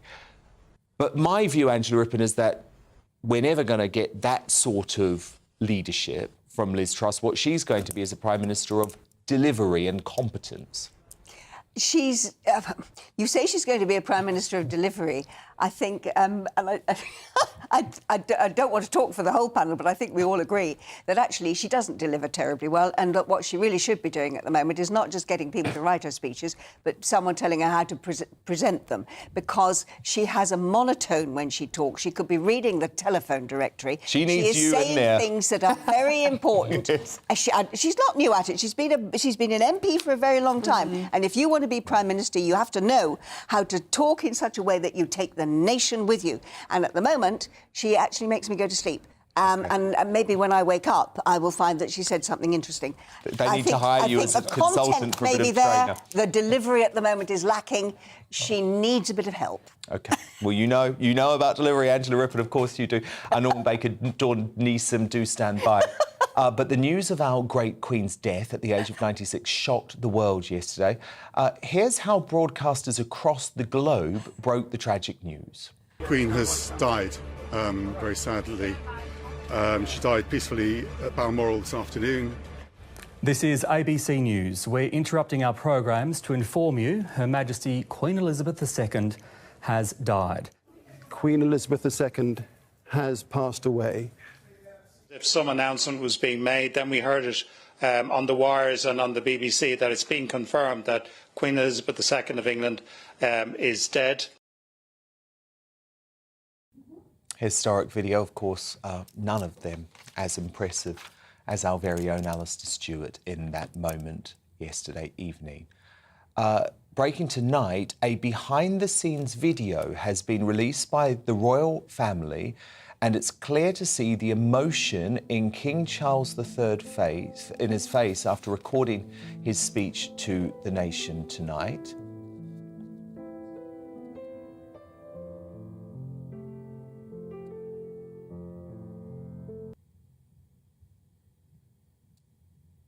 Yeah, wow, what a moment. What a moment. I genuinely think he was very emotional, and good on him for getting through it. Now, for members of the armed forces, the Queen was Commander-in-Chief, to whom all soldiers, sailors and airmen swore an oath of allegiance. Former Chief of the General Staff of the British Army, General Lord Richard Dannett, says her loss is a very personal one for the armed forces, and I'm delighted to say Lord Dannett joins me now. Lord Dannett, why did the Queen mean so much to you in the armed forces? Well, the Queen means an awful lot to us in the armed forces. And I have to say, I'm afraid I've been watching your programme for the last few minutes before this piece was trailed, and I'd like to strike a rather different tone to the rather flippant and dismissive tone that was actually being taken by your previous panellists. We've got a new Prime Minister, we've got a new sovereign. Let's, for goodness sake, give both a chance to lead this country in difficult times, in difficult directions.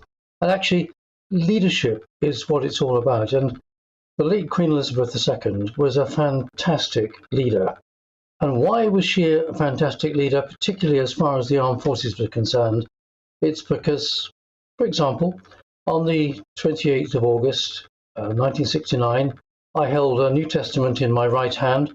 I swear an oath of allegiance to the sovereign. And every member who's joined the Royal Navy, the British Army, the Royal Air Force, the Royal Marines, has sworn that oath of allegiance to the sovereign. And that's really, really important, because the sovereign is the person that leads our country.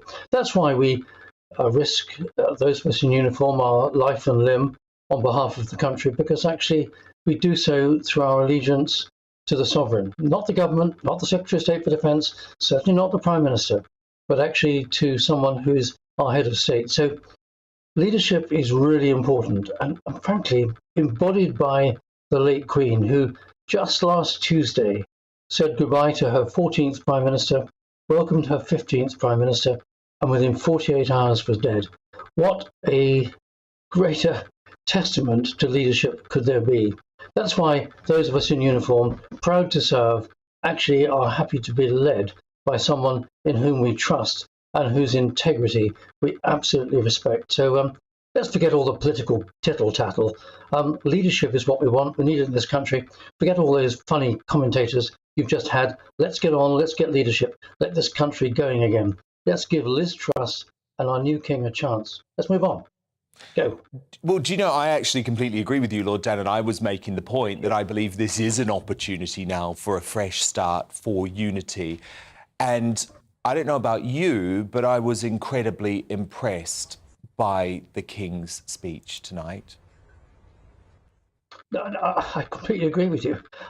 I've known Sorry, Caroline. Prince Charles, Prince of Wales, King Charles III for a very long time. I've had many interactions with him over many years. He is a thoroughly genuine, decent individual who spent all his adult life maturing and waiting for the moment when he would become king. I mean, how many of us spend 50 or 60 years in an apprenticeship? This is the moment that he's lived for. Not that he's wanting his mother to die, far from it, but now this is his moment. And we need to give him every opportunity. And gosh, I thought the passion and the sincerity with which he came across. And I will extend that to the new Prime Minister as well. She is determined. We are in difficult times in this country. Let's give the two of them the chance to work in harmony together, to give this chance to lead us out of the difficulties that we are in to better times ahead. It's a wonderful aspiration. We are an aspirational nation, if you like. I'm a crossbencher. I'm an independent. I didn't vote for anybody in the Conservative leadership election, but I just want to see this country flourish. We've now got a new monarch. We've got a new Prime Minister. For goodness sake, let's just give them both a chance, put our shoulders behind it, and give them a cracking go. That's what the armed forces do. We don't look at the problems and say we can't do it. We just say, here's the challenge. Right, let's get on with it. Okay, this is the moment. Let's get on with it. It's a great moment. Let's get on with it. Indeed. Of course, Lord Dannett, though, there was a special relationship between the Queen and the armed forces that will be hard for Prince Charles to match. Of course, she was a member of the ATS in 1945. This is a woman who was acutely aware of the importance of our armed forces because she had to face a childhood threatened by Nazi Germany and Adolf Hitler.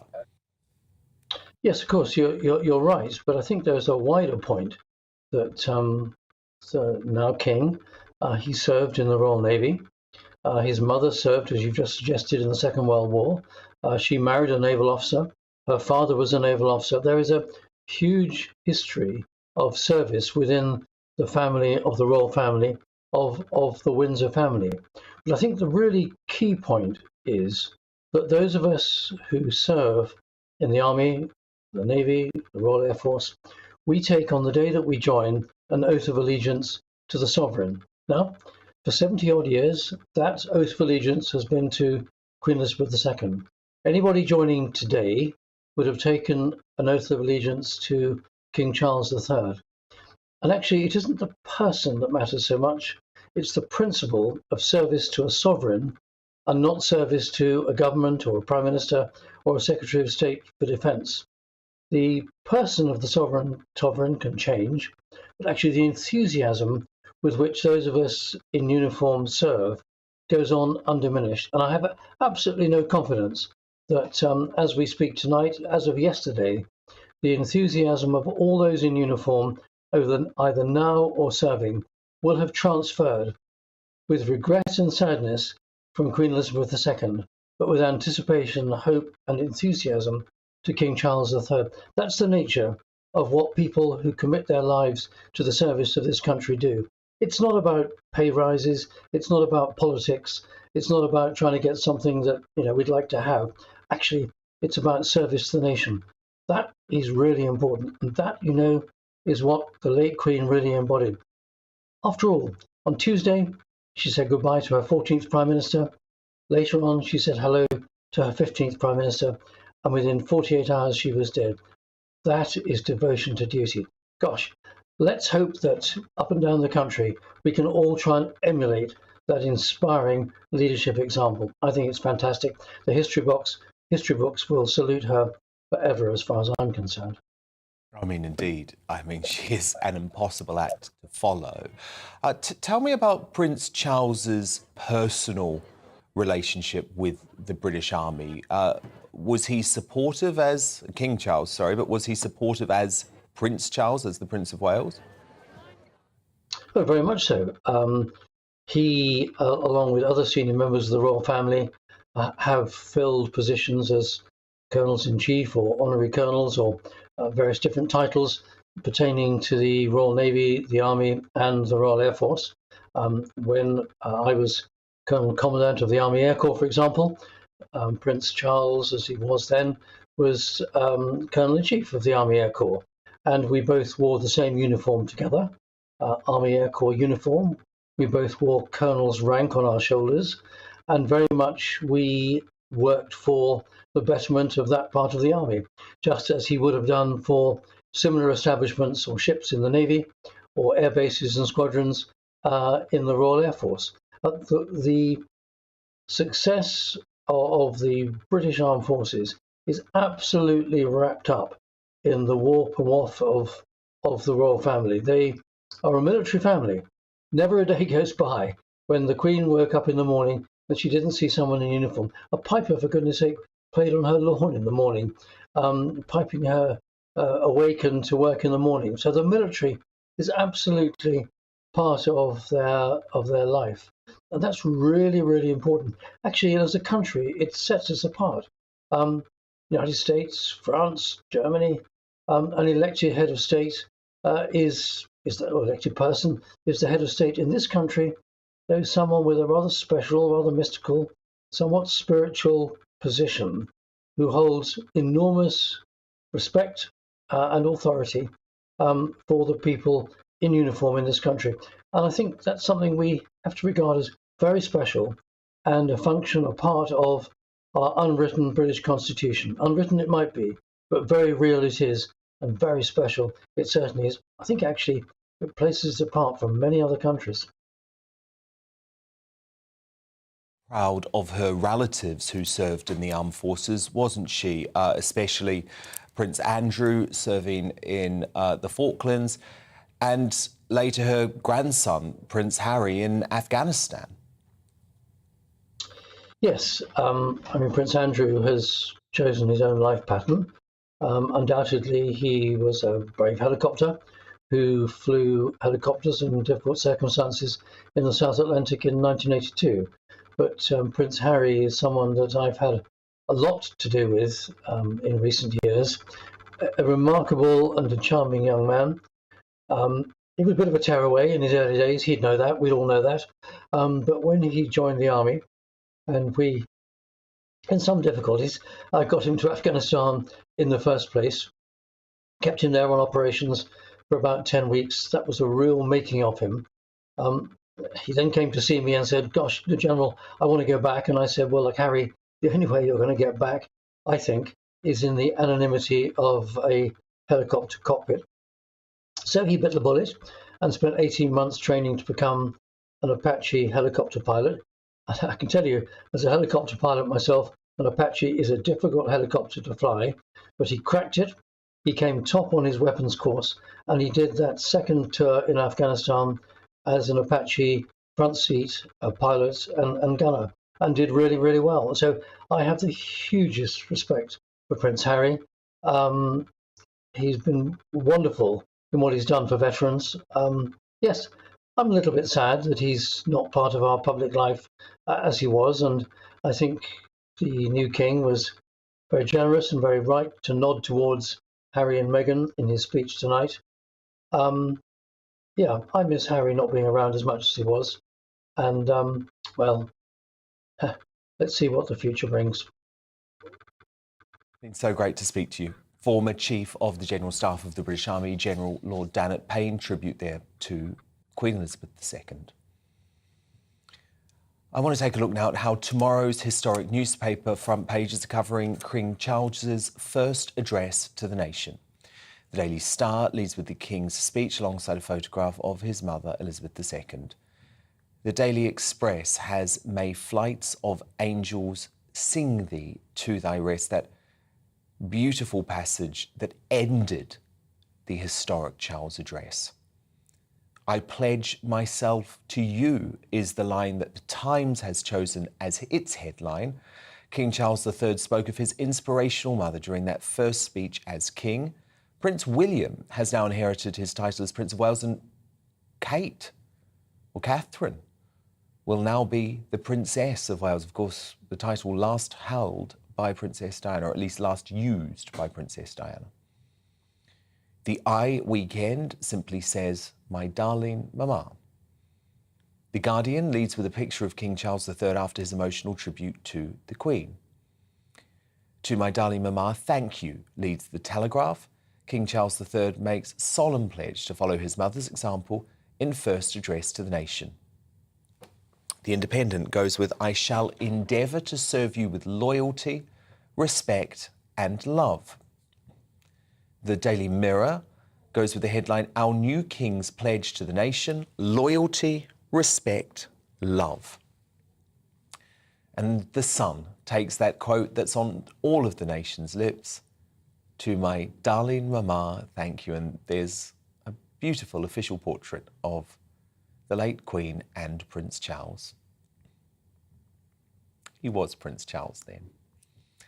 I'm joined now by my panel as we continue to react to King Charles III's first speech and, of course, pay tribute to Queen Elizabeth II. I'm joined by Conservative commentator and our very own GB News star, the Reverend Calvin Robinson, Editor-in-Chief of Majesty magazine, Ingrid Seward, and the journalist and author, Rebecca Reid.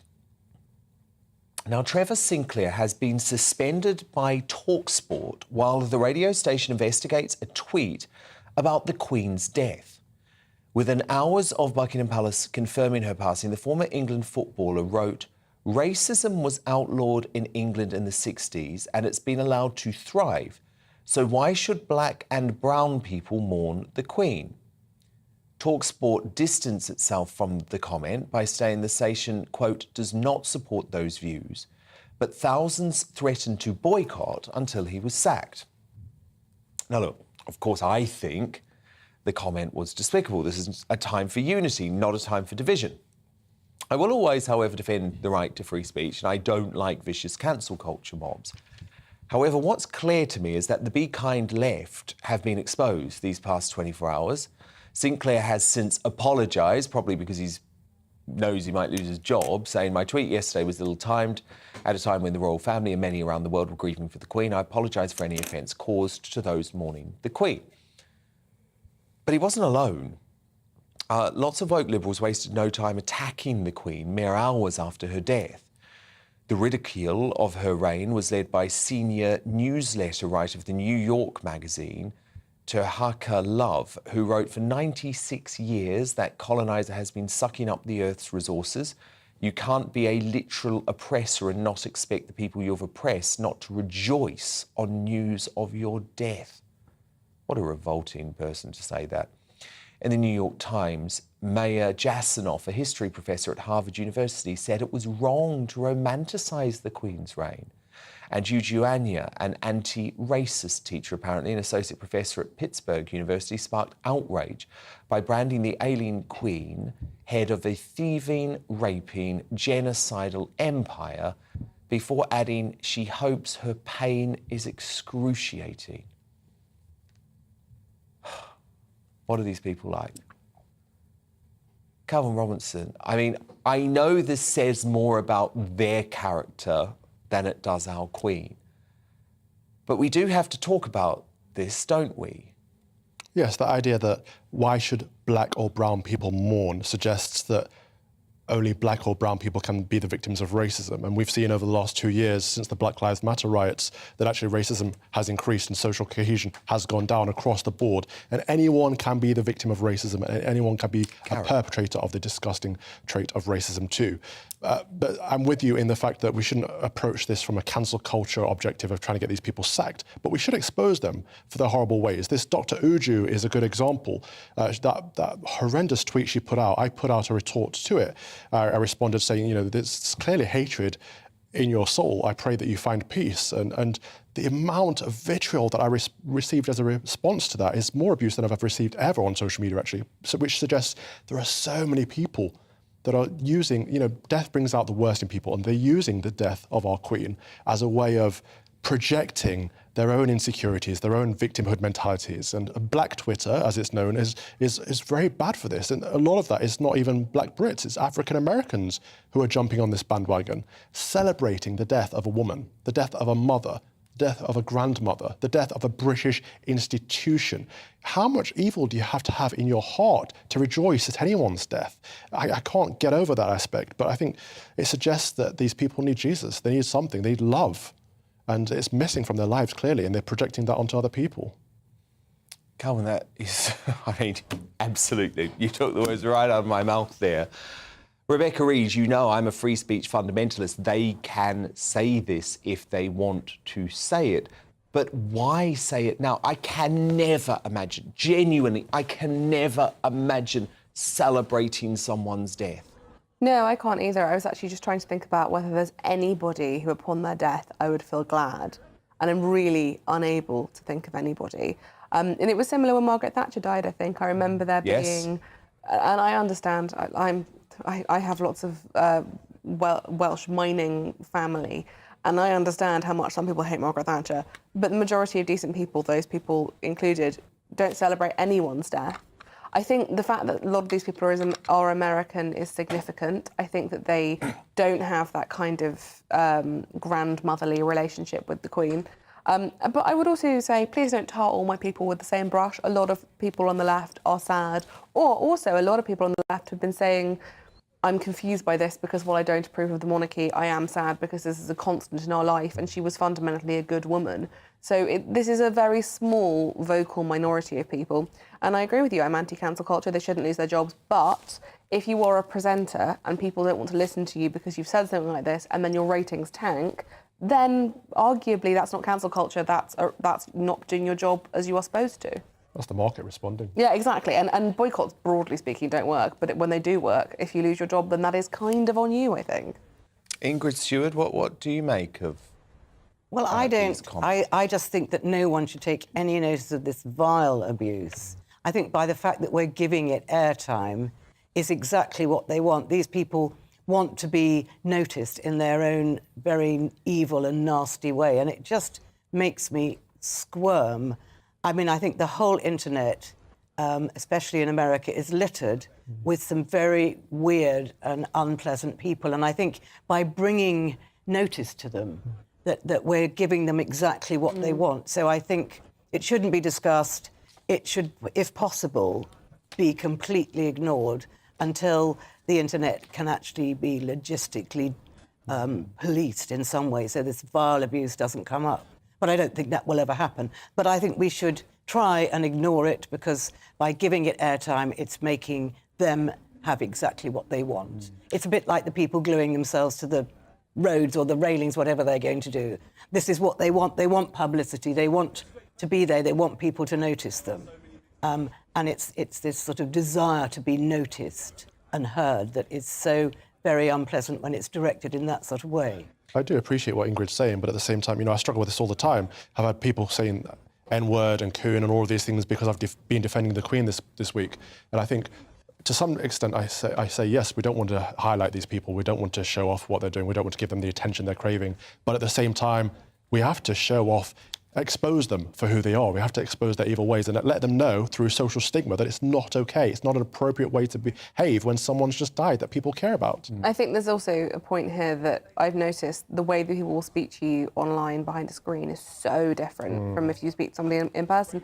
None of these people, I don't imagine that professor, had she sat down with the Queen, would have looked her in the eye and said, I hope when you die it's excruciatingly painful. It's so easy to get yourself riled up, and we've probably all done it, not to that extent, where you get yourself really worked up and it's just you and your phone and there's no context and there's no one softening it, and you're not looking at a person in the eye, therefore you say things you never would. I can't believe that somebody said those things to you. Oh, it's dreadful. Horrifies me. But the thing is, Ingrid, where I think sometimes there does have to be a bit of a fight back, right, is there is a determined attempt to paint the British Empire as all bad and link the British Empire so intrinsically with the current monarchy, the modern-day monarchy, that the monarchy becomes unsustainable in a woke world. And the thing is, Ingrid, we saw the impact that sort of rhetoric can have. And by the way, it's been stoked by the Duke and Duchess of Sussex. We know that, and I was very open about it at the time, and it was controversial, but we know that. And look at what happened when Kate and William did that disastrous Caribbean tour. So I think this attempt to paint the British Empire as being all wrong and the fault of the Queen does have to be fought against.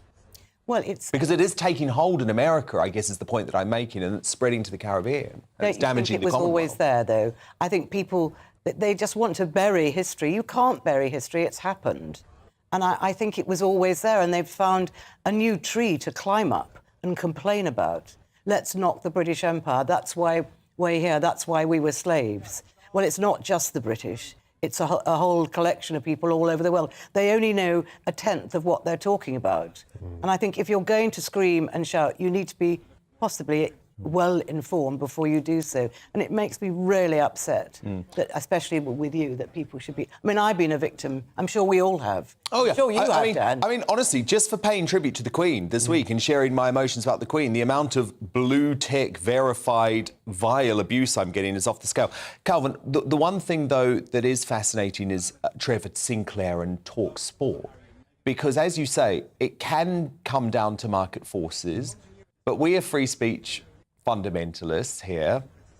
So should he really be suspended? Should he really lose his job? Should he really be forced to apologise? I'm actually OK with him having an unsavoury view on this. I think it's a disgusting view and he has a right to air it, but we have a right to respond too. And if his viewers and listeners don't like it, they should expect and demand an apology from him. And if they're not tuning in anymore, he should be sacked. The problem is, Calvin, he doesn't mean the apology. Yeah. Well, indeed. This is so now it's very unfashionable to force children to apologise because people have realised that if you say to a child you can't have any sweets until you apologise, they apologise but they don't mean it. Yeah. And I think it's the same with naughty adults. If you force someone to apologise, it means nothing. Yeah. But all that, this doesn't make any sense. The people calling the Queen a coloniser, what did she colonise? But I think the difficulty here It's utterly ridiculous. What she did, Rebecca, was establish the Commonwealth, which has been a positive force for so many of those countries. In fact, she is the woman who oversaw the modernisation of the British Empire and its transition to Commonwealth. So these people don't know what the hell they're That's what I was talking saying. about. They don't know what they're talking about. If you're going to complain, don't you think you should know what you're complaining about? Yes. I feel uncomfortable with lots of things that happened as a result of the British Empire. However, the Portuguese Empire also has a lot of blood on its hands. Lots of countries, conquer or be conquered, behave No, but it's only the British disgustingly. Empire. But It's only the British Empire. but And also, by the way, the Queen oversaw the dismantling But of also, the British difficulty Empire. is I refuse to be held responsible for things that my great-great-great-great-great-grandparents did, because I wasn't there and I didn't do anything. Well, you're an intelligent woman. That's why it would be pointless, wouldn't it? And this is when we It's start talking about ludicrous, reparations. and this it gets very rhetoric is complicated. disgusting. I guess the only area I disagree with all of you on, and it's with Ingrid, is that personally, I'm with Calvin on this. I think we can't just ignore it anymore, Ingrid, because this is taking hold, and the woke minority in the US, they have a stranglehold over the American media in a way that is quite terrifying, because the influence that the American media and the entertainment industry has on the world. But look, I want to move on to something more positive now. More heartfelt tributes have been coming in thick and fast since yesterday. But I think, actually, one of the most moving came from our former Prime Minister during his first statement to Parliament since he departed as Prime Minister. Can you believe Boris Johnson was still Prime Minister this week? So much has happened since then. So Boris decorated his emotional homage to Her Majesty with personal anecdotes. It captured the mood of the nation, I think. Watch. Months ago, the BBC came to see me to talk about Her Majesty the Queen, and we sat down and the cameras started rolling, and they requested that I should talk about her in the past tense. And I'm afraid I simply choked up and I couldn't go on. And she knew instinctively how to cheer up the nation, how to lead a celebration. I remember her innocent joy more than 10 years ago after the opening ceremony of the London Olympics, when I told her that the leader of a friendly Middle Eastern country seemed actually to believe that she had jumped out of a helicopter in a pink dress and parachuted into the stadium. She had one final quality, of course, which was her humility. Her single-bar electric fire Tupperware using refusal to be grand. And unlike us politicians, with our outriders and our armour-plated convoys, I can tell you, as a direct eyewitness, that she drove herself in her own car with no detectives and no bodyguard, bouncing at alarming speed over the Scottish landscape to the total amazement of the ramblers and the tourists we encountered. And the fact that today we can say with such confidence, God save the King, is a tribute to him, but above all to Elizabeth the Great, who worked so hard for the good of her country, not just now, but for generations to come. That is why we mourn her so deeply. And it is in the depths of our grief that we understand why we loved her so much. Calvin Robinson, it was great, wasn't it? Say what you like about Boris Johnson, but he's a great orator. That speech, he talked about choking up, and there've been a few moments like that over the last few days, but when he called her Elizabeth the Great was one of them. Likewise, when Paddington Bear was replayed, it said, "Ma'am, thank you for everything." It's just these moments. And Ingrid, I guess there's probably a bitter irony for Boris in that he probably thought he would be delivering that speech at some point standing outside number 10 Downing Street as Prime Minister. I'm sure he wished he had been. But that was never going to happen. And I think he probably feels that, in a way, he perhaps missed his greatest moment, of being... Well, he wouldn't have gone up to Balmoral, of course, if he hadn't had to resign as Prime Minister, so that wouldn't have happened. But that would have been a great moment, wouldn't it? It would have been a Tony Blair-Diana moment. Yes, it would have been, absolutely. Rebecca Reed, what did you think of that speech? I think, and I don't say this with any joy, I think he's probably devastated that he didn't bookend her reign with Winston Churchill, his great idol. And I think he would have been the perfect person to be the person walking behind the family at the funeral and making the official speech. I don't think he had that many redeeming qualities, but my God, he can give a good speech and he has a good sense of occasion. And it's funny watching that. It really does make me think that maybe the royal family will heal internally. Because even I am looking at him going, was he so bad? In a moment of national mourning, you sort of remember the things that you like about people. Indeed. I mean, Theresa May's speech earlier, I thought exactly the same thing. Oh, well, she wasn't too bad, was she? And I certainly wasn't saying that at the time. Now, of course, we're a family here at GB News, so we're asking you to send in your condolences, fond memories and experiences with the Queen. You can join the Dan Wootton Tonight Club, which you can find on my Twitter page, @DanWootton. We have lots of fun there and we're sharing lots of stories together at the moment. Or you can email me, dan@gbnews.uk. Here are some of the messages we've got so far from Katie. My favourite memory was her at the races with her late mother when her horse was winning and she dashed out with her binoculars, and when she won, she was over the moon. She won £16. Oh my goodness, I remember she was so happy, actually. That's brilliant footage of the Queen. From Nick, why do we have to change stamps, money, post boxes to CR for Charles? Why erase the Queen so soon? Surely Her Majesty the Queen has done enough for our country to keep them as a reminder to her memory. And from Adrian via email, Dan, please agree, I think our Queen should be made a saint. She is certainly equal to one. And that sentiment I definitely agree with.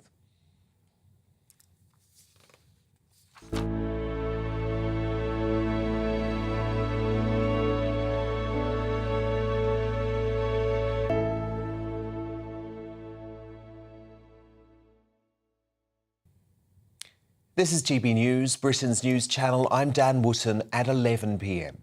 We're continuing to dedicate our show tonight to Britain's greatest ever monarch, Queen Elizabeth II, and her incredible life of service, as well, of course, as our new king, Charles III. He delivered his first address to a nation in mourning earlier tonight, and we'll take a look at how tomorrow's newspaper front pages are covering that historic event shortly. I'll also be joined by my panels of familiar faces as well as royal experts as we ask if the Premier League and other events should have been cancelled in honour of the Queen, or should they go ahead as a tribute to her. Plus, we'll be live in Los Angeles with royal commentator Kinsey Schofield to see how the celebrity world is reacting to our nation's great loss. But before all of that, the news headlines at 11 with Ray Addison.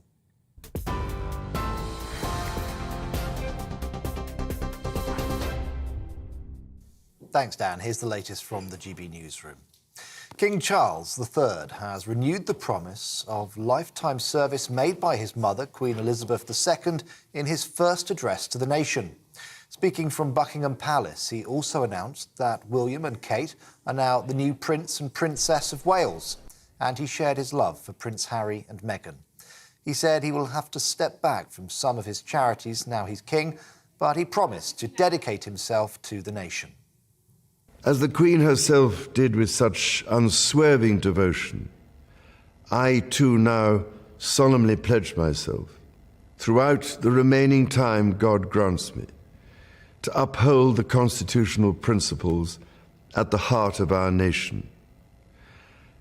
And wherever you may live in the United Kingdom, or in the realms and territories across the world, and whatever may be your background or beliefs, I shall endeavour to serve you with loyalty, respect, and love, as I have throughout my life.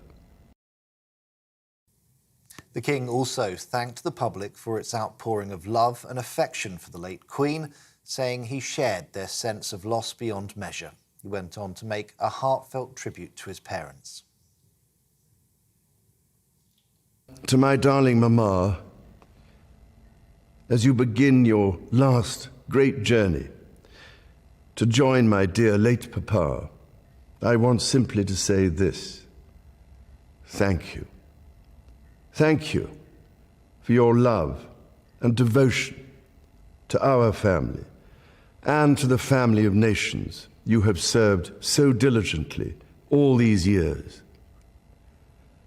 May flights of angels sing thee to thy rest. King Charles has told the new Prime Minister the death of his mother was the moment he'd been dreading. Liz Truss had her first audience at Buckingham Palace today, where she was welcomed by the King and offered her condolences. Ms Truss, who only took office this week, curtsied for the first of what will be their regular weekly meetings. God Save the King has been sung for the first time at a service of prayer and reflection in memory of Queen Elizabeth.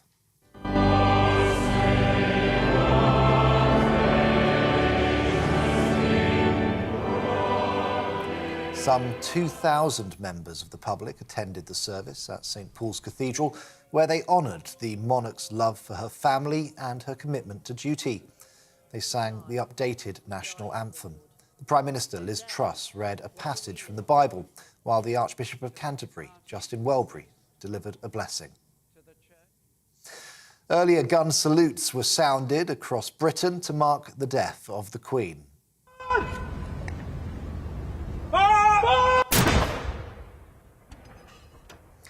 96 rounds were fired, one for every year of Queen Elizabeth's life. A period of royal mourning is currently being observed, lasting from now until 7 days after her funeral.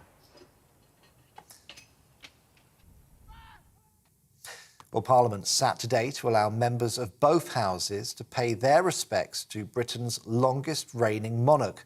This morning, there was a Speaker's procession into the chamber ahead of a minute's silence. The Prime Minister then led the tributes, praising Her Majesty for her dedication over her 70-year reign.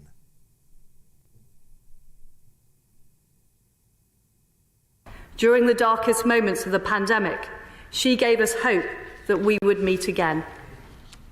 She knew this generation of Britons would be as strong as any.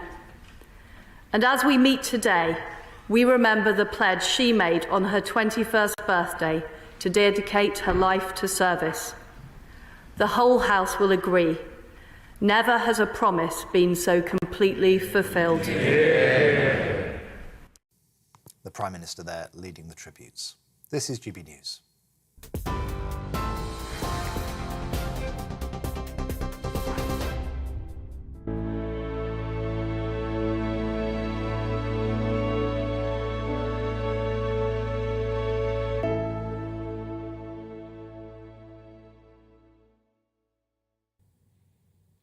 Thank you for staying with us. We're here until midnight. Let's take a look at how tomorrow's newspaper front pages are covering this historic period of national mourning and King Charles III's debut address to the country tonight. To my darling mama, thank you, leads the Daily Telegraph. King Charles III made a solemn pledge to follow his mother's example in that first address to the nation. The Guardian leads with a picture of King Charles III after his emotional tribute to the Queen with the words, "I shall endeavour to serve you with loyalty and love." The Independent carries that same photo and quote as King Charles pledges to dedicate his life to serving our country. The Daily Mirror has our new King's pledge to the nation, loyalty, respect and love. And The Sun takes that quote that we're all talking about tonight, "To my darling mama, thank you." I'm delighted now to welcome my GB News colleague and friend, the brilliant Mark Dolan. Mark, how have you coped these last couple of days? How are you feeling? Well, first of all, Dan, can I congratulate you and your brilliant team and the whole lineup at GB News for such dignified and professional coverage of this national tragic event. My emotions, Dan, are torn between sadness and joy. Profound sadness that we've lost the Queen, but joy that we had her in the first place. I think, like everyone, I've just been reflecting on her legacy. Where do you start? We'll only be processing the loss of the Queen in the weeks and months that lie ahead. And it will take a long time for historians to place this woman in the right context. But just to pick one point, one theme of her tenure, out of innumerable accolades that she's achieved. It's the fact that she was global before the world was. Her passing is an international story. And we've talked about her being, Boris mentioned it in Parliament today, that she's, great Queen Elizabeth. And absolutely, that's a fantastic sentiment. She was Britain's queen, but she was the queen of the world. She had this global footprint, this reach into territories that we can't imagine. And therefore, there are people across the world mourning her passing. And I can't think of another individual that could achieve that legacy. No, indeed, Mark. Indeed. So beautifully put. And then, of course, so much has happened in just 24 hours, including the address by King Charles III. What did you make of it, Mark? I mean, there was a lot to unpick, a pledge that he wouldn't wade into politics anymore, a reference to Harry and Meghan. What did you think? Well, he's got the hardest act to follow in history, hasn't he? Elizabeth the Great. But he can be a great king, and he's got off to the perfect start. What's this guy going through? As a human being, we cannot imagine. It's the worst thing to say goodbye to a parent, and he's done it now with his much-loved father, Philip, and now his mother. So on a personal level, we've got to just give this guy time to cope with the trauma of losing his mother. And that's first and foremost, the royal family, the clues in the title, they are a family. And let's be patient with Charles, and let's be patient with all of the Windsors as they say goodbye to grandma and to mother. However, just in terms of his constitutional role, he set the tone perfectly. As you say, he's hinted that he will be less of a campaigning king than he was a prince. He was entitled to have all of those charitable activities, those causes about which he's passionate, the environment, of course. But he understands that if he's going to be the sort of monarch that unites the country in the way that his mother did, he's going to have to stay out of politics. He's going to have to stay out of, net zero, all of these sort of issues, which are really the lot of elected figures, the prime minister, the cabinet, the opposition, not our ruling monarch. He understands that. He's been extremely judicious in making those comments in this first address. He also spoke with warmth, with eloquence, an amazing turn of phrase. I mean, I was welling up by the end. And we don't think of Charles as this emotive character, this emotional guy, do we? He sometimes cuts an image of being an austere figure, Dan. And I think that belies actually some deep warmth within this man, and we saw it in this speech. So I'm optimistic about King Charles. I think he'll be a success because I think he understands what he needs to do, and that is to follow the template of his amazing mother. Charles, actually, Mark, because I obviously do a lot of royal reporting, and what a lot of folk don't know is that after the death of Prince Philip, Charles went into deep mourning. He actually immediately left the capital. He spent time alone in one of his residences without even Camilla there, because he was so deep in grief and pondering what his future looked like. And I think the fact that he got through that address so competently tonight, given the huge emotion he was feeling, is a real credit. The other thing that I thought was fascinating today, Mark, was seeing the way that Charles mingled with his people, with his subjects outside of Buckingham Palace. We wouldn't have seen the Queen up close and personal in that way. I mean, there were hugs, there were handshakes, there were kisses. And I thought, actually, perhaps this is the way that Charles is going to position himself slightly differently to his mother, because he can be up close and personal. He's used to it after so many years as the Prince of Wales. Well, that's right. I mean, I was watching his address to the nation, and it reminded me what an experienced statesman he is, what a great speech writer and speech maker He was. It was pitch perfect. And I think we will see that statesman-like experience now that he's got the top job. He always was careful not to ever attempt to overshadow his mother. But Dan, although we are in a state of national mourning and it's the saddest news that we're dealing with at this moment, he's got the gig and it is an opportunity. And the good news is that, yes, he's 73, but he's a young 73. He's got energy. He's been preparing for this role all of his adult life, and he will have the support of his family around him. I think it's crucial, Dan, that he makes this monarchy his own. So take the best of what the Queen did, especially staying out of politics. It's not going to work to have a divisive or campaigning king. But above and beyond staying apolitical, he's got to be his own man. And I think he will. And I think we'll see it gradually. It won't happen overnight. But as you say, perhaps he'll be more tactile. Perhaps he'll be more physically available to the great British public. And also we'll see, I think, some more of that humour. Ken Worf, Diana, Princess of Wales, of course, who we tragically lost many years ago. He was on my show last week, and he was talking about what a warm and really funny guy Prince Charles is, what a charm he's got, what empathy. And I think we've just got to make sure that his true character comes through now that he's the monarch, that he's our king. He's not the heir apparent. He's not the king in waiting. He should own this. He should enjoy it, and he should make the role his own. But do you know what's most important, Dan, is that he gets support. So he needs support from all of us, because the country's in transition. The kind of king he is, you cannot replicate the Queen. There will never be another Elizabeth the Great, a one-off. And as he navigates his role, and as he learns on the job, even at the age of 73, he'll make mistakes. And I think we've got to be patient. We've got to show him as much love and affection as we are rightly showing the Queen and have shown the Queen over 70 years.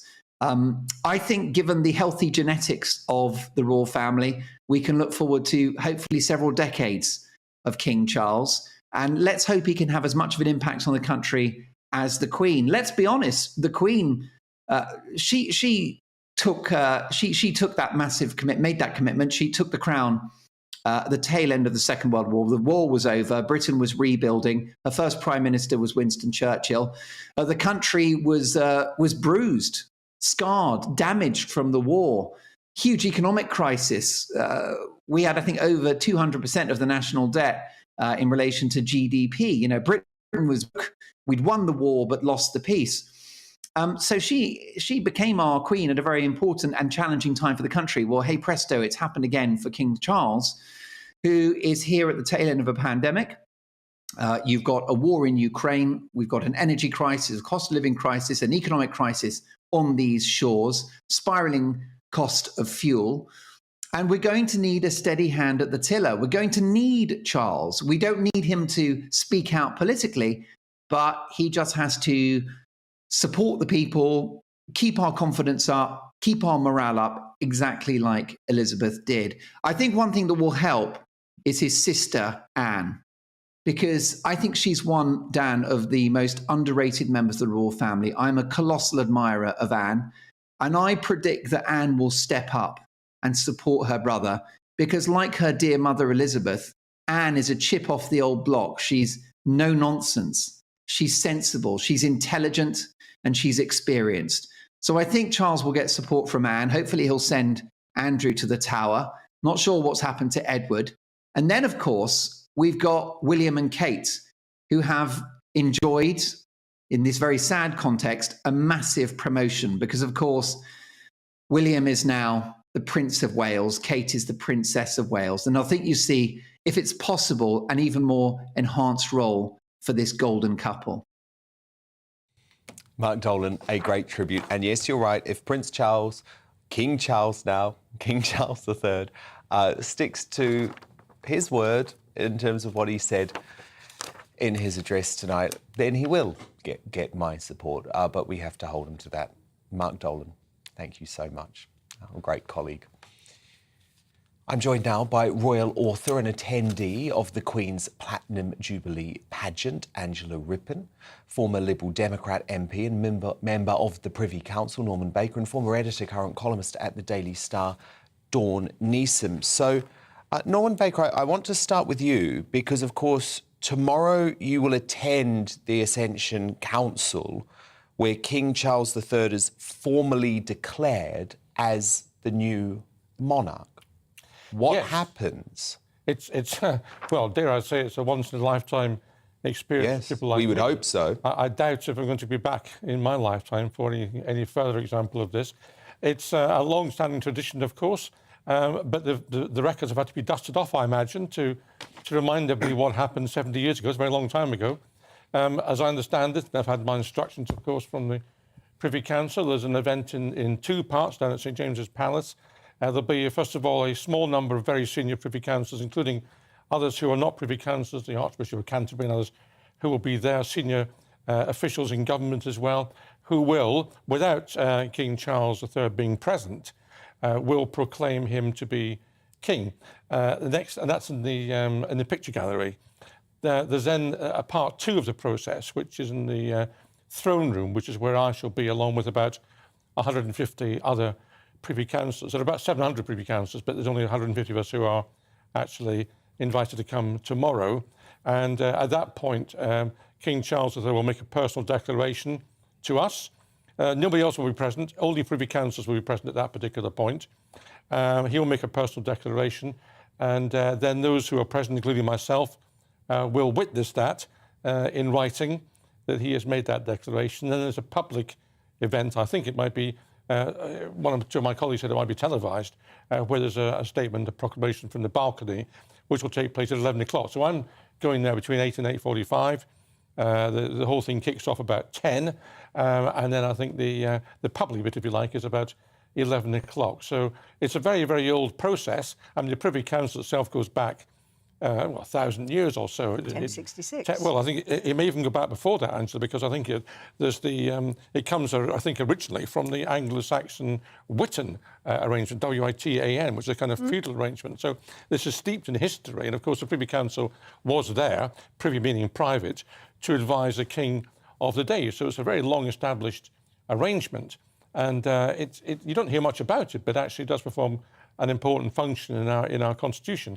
Some of us think it might be more useful, not on this particular occasion, but on other occasions when the government's functioning, for it to be rather more public than it is. But be that as it may, that's a separate point. That's the process which we'll have tomorrow, and I, for one, will be very interested to go along tomorrow and be part of that. And it's a unique experience and a privilege, in a sense, for me and the 150 others who will be there to witness something which many people will never witness at all. And I shall certainly treasure that experience.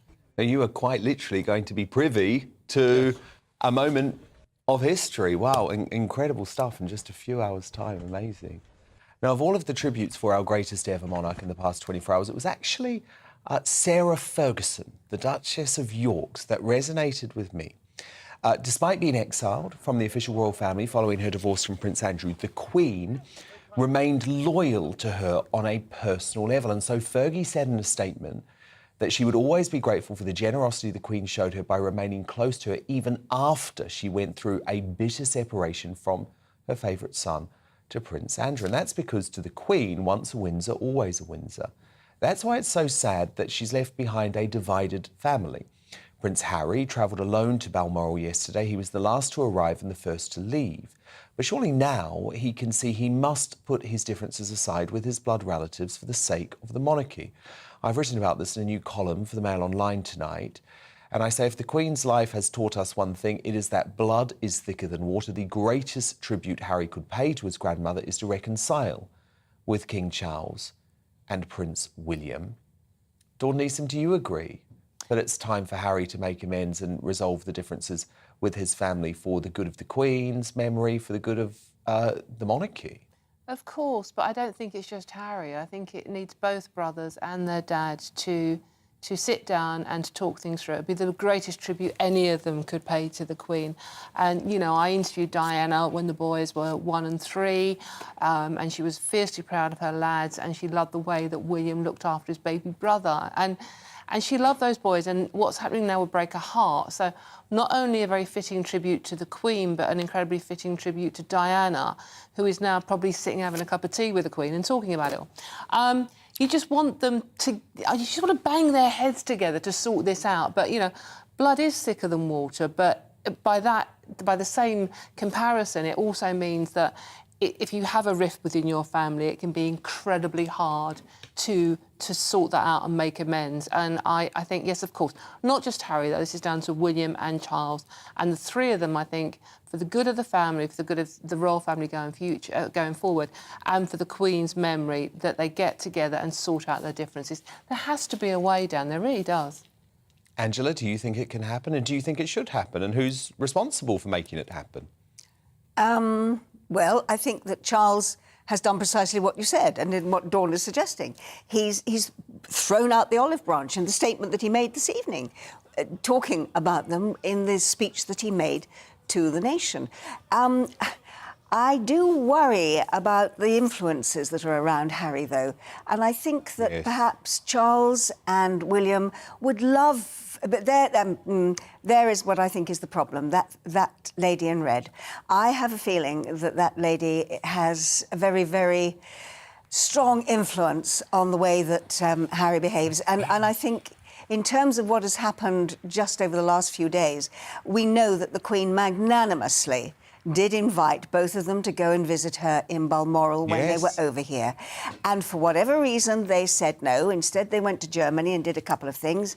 And then... Yes, and they even briefed out to their favourite mouthpiece... Absolutely. That they didn't want to meet any member of the royal family. They said that. Now, I believe...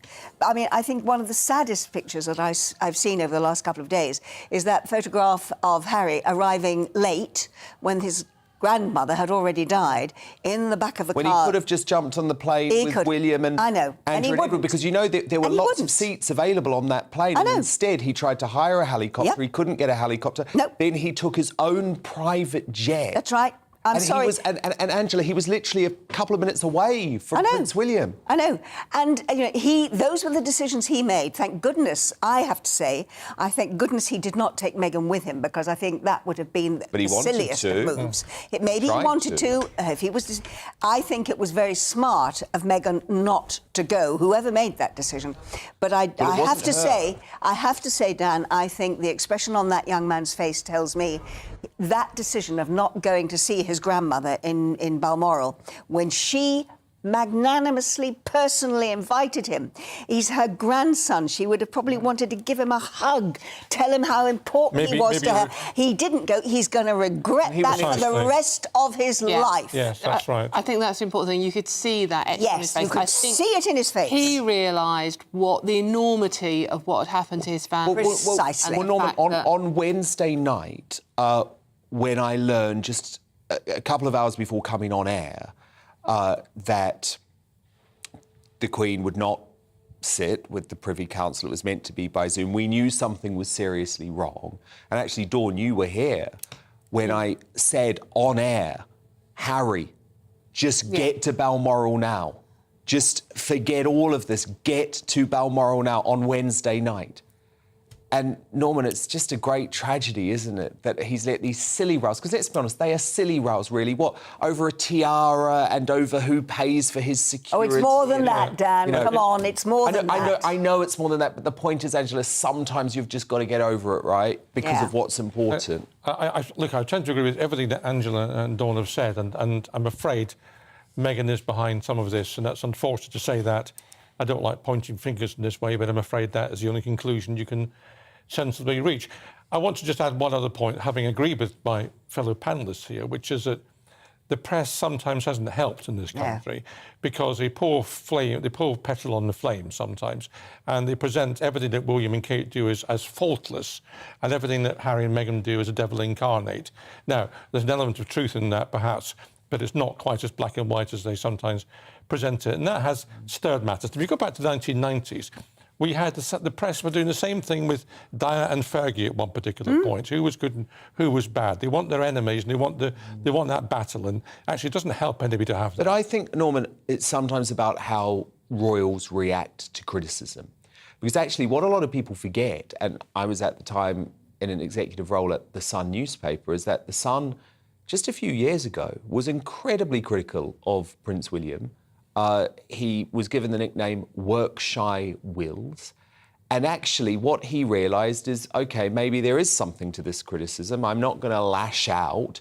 I'm going to do my duty better. Do you see what I mean? And I do, but I could also tell you, Dan, that I've written for a number of newspapers about royal matters, as you would expect.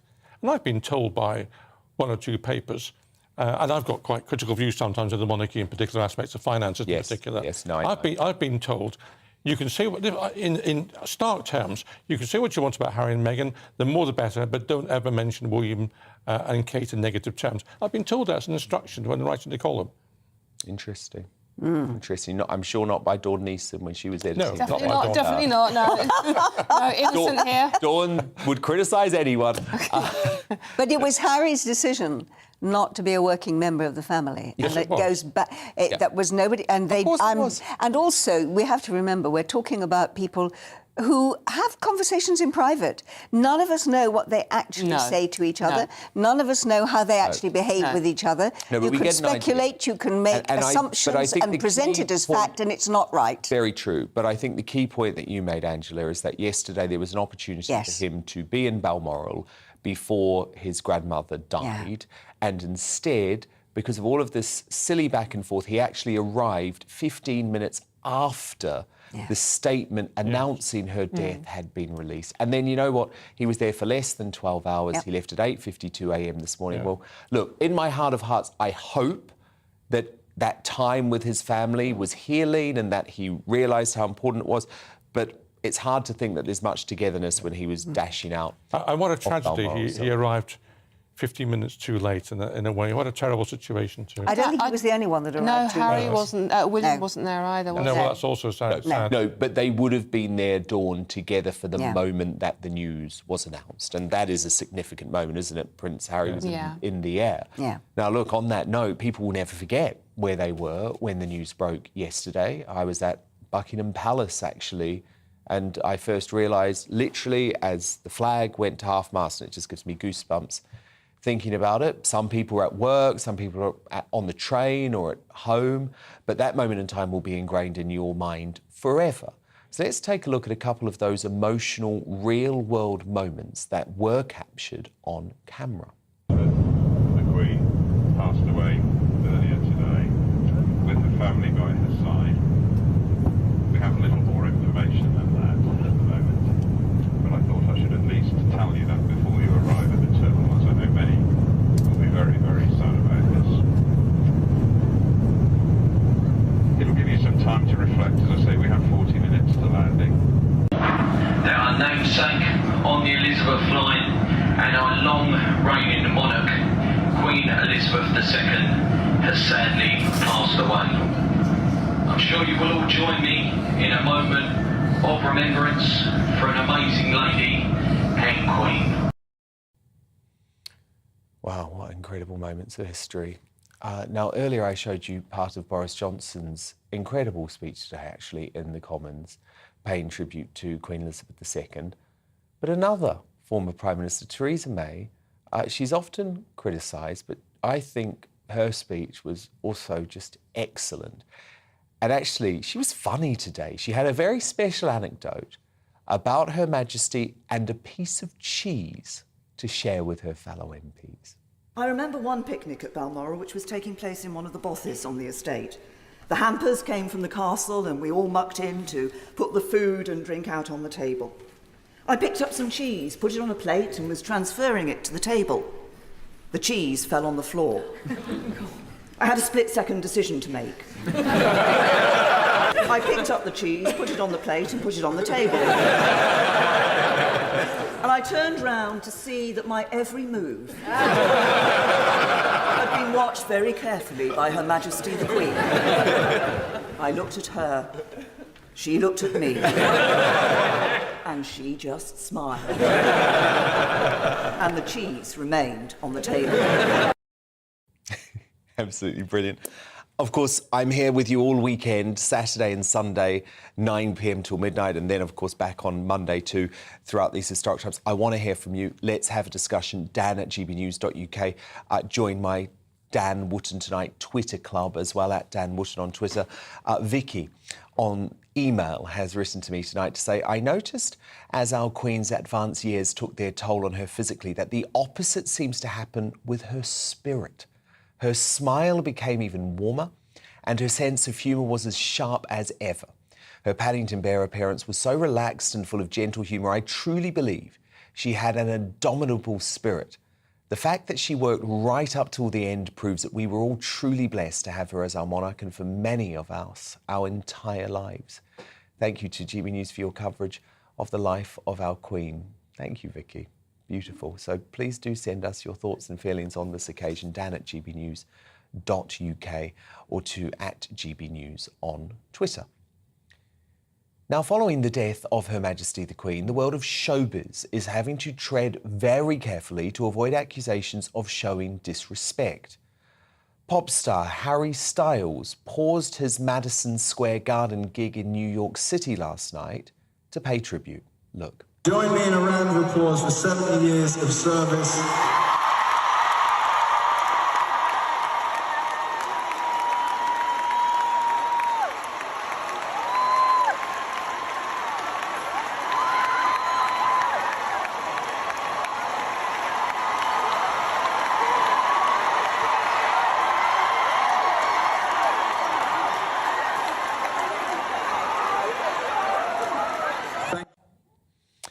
And in the TV world, filming for the Netflix show The Crown, which, of course, we know dramatises the lives of the British monarchy, sometimes to their chagrin, was ordered to halt, with its creator Peter Morgan saying The Crown is a love letter to the Queen, and I've nothing to add for now, just silence and respect.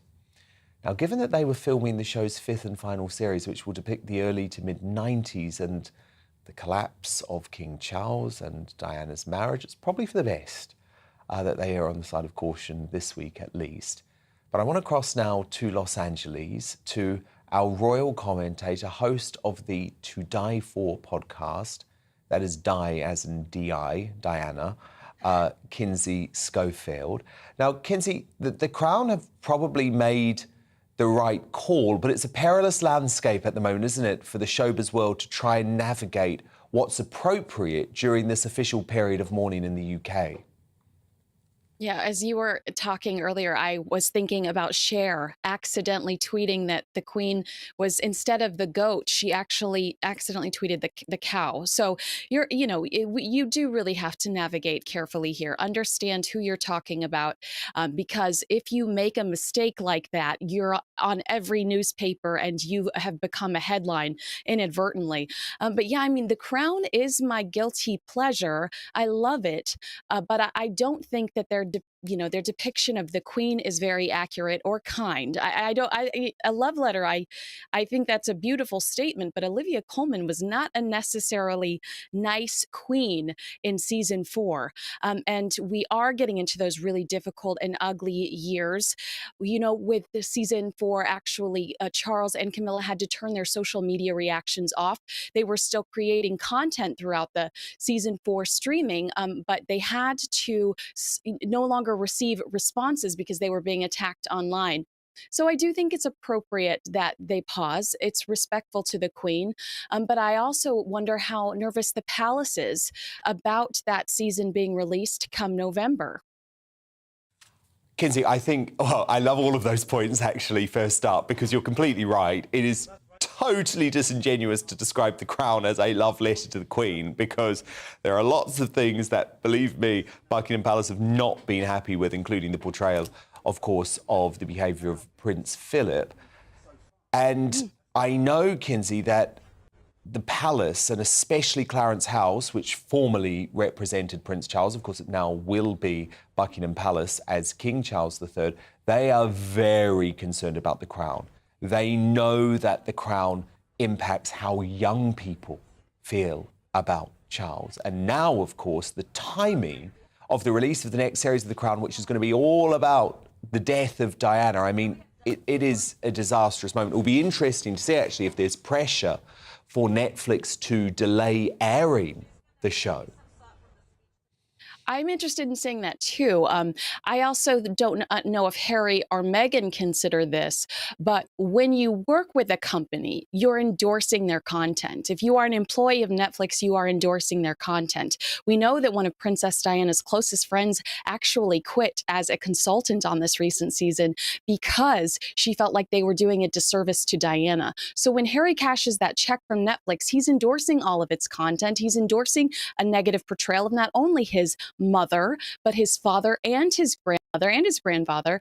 And what I will say about the Sussexes is they have a hold on that younger generation. And when they endorse the content, they're seen promoting other Netflix content, which will be their Invictus Games documentary and their reality show. Young people are going to assume by the Netflix logo in the background that they're okay with whatever is happening in The Crown and that they perhaps even had a say. Maybe they consulted. Young people don't know, and they're not doing their homework. But the Sussexes do have that generational hold. Young people are really intrigued by them. And I do think that is where Prince Charles will probably have to really utilize Prince William and Catherine, because they are as equally charming and beautiful and interesting. I hope that we see more of them in the States to combat what we're seeing from the Sussexes. There is an immediate serious issue, though, for the Sussexes to deal with in terms of Meghan's Spotify podcast Archetypes. There's been a huge promotional campaign around this planned for some time. We know that she timed the release of that interview, very incendiary interview with the Cut magazine, around the 25th anniversary of Princess Diana's death. Now, the next episode of this podcast is due to drop on Wednesday. Surely Spotify and the Sussexes have to delay that, given that we're now in the official mourning period for the Queen. I'm hoping that you're right. We do know that Meghan has temporarily postponed a sit down with Jimmy Fallon, which, by the way, how did that happen? That is somebody I never ever desired to see sitting next to him on the couch. So Jimmy Fallon, she's going to take a break from doing the Jimmy Fallon interview. So Kinsey, sorry to interrupt, but he's a big US talk show host, right? I mean, he's not as big as you are, Dan, but yes, he slid into Jay Leno's spot. It's kind of an icon for the late night circuit. It's Jimmy Fallon. He's a comedian.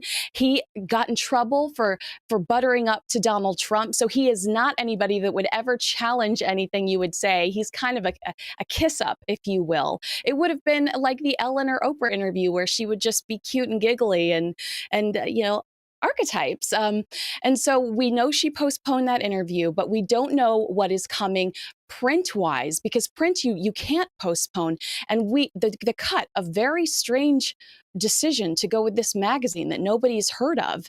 And what the rumor was that she had to ask New York Magazine to put her on the Cut because she was negotiating a deal for a bigger magazine to put her on the cover. And they didn't want to put her on the cover if she was on the cover of New York Magazine. So she went with the Cut so she could still get this bigger magazine. So we don't know if there's another magazine in the works that could say even more explosive content. So this is my problem with, there's not going to be a reconciliation if they are constantly creating friction through press, through these PR opportunities, building themselves up through tearing other people down. Now, tell me how the US networks and media continue to cover the death of the Queen. Is it still big news over there, Kinsey?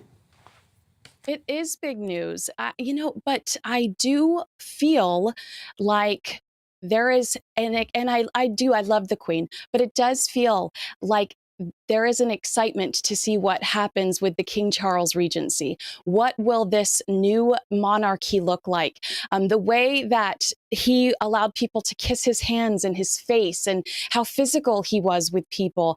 Is this the new monarchy? Is this the modernization that we've been waiting for? Or are we finally seeing his heart? I think that Americans are really excited to see what's next when it comes to the monarchy. We are absolutely remembering the Queen. The NFL, the National Football League, did a moment of silence for her yesterday. It was beautiful and unique. I never thought I'd see that. But I do think that we are very excited to see what happens next.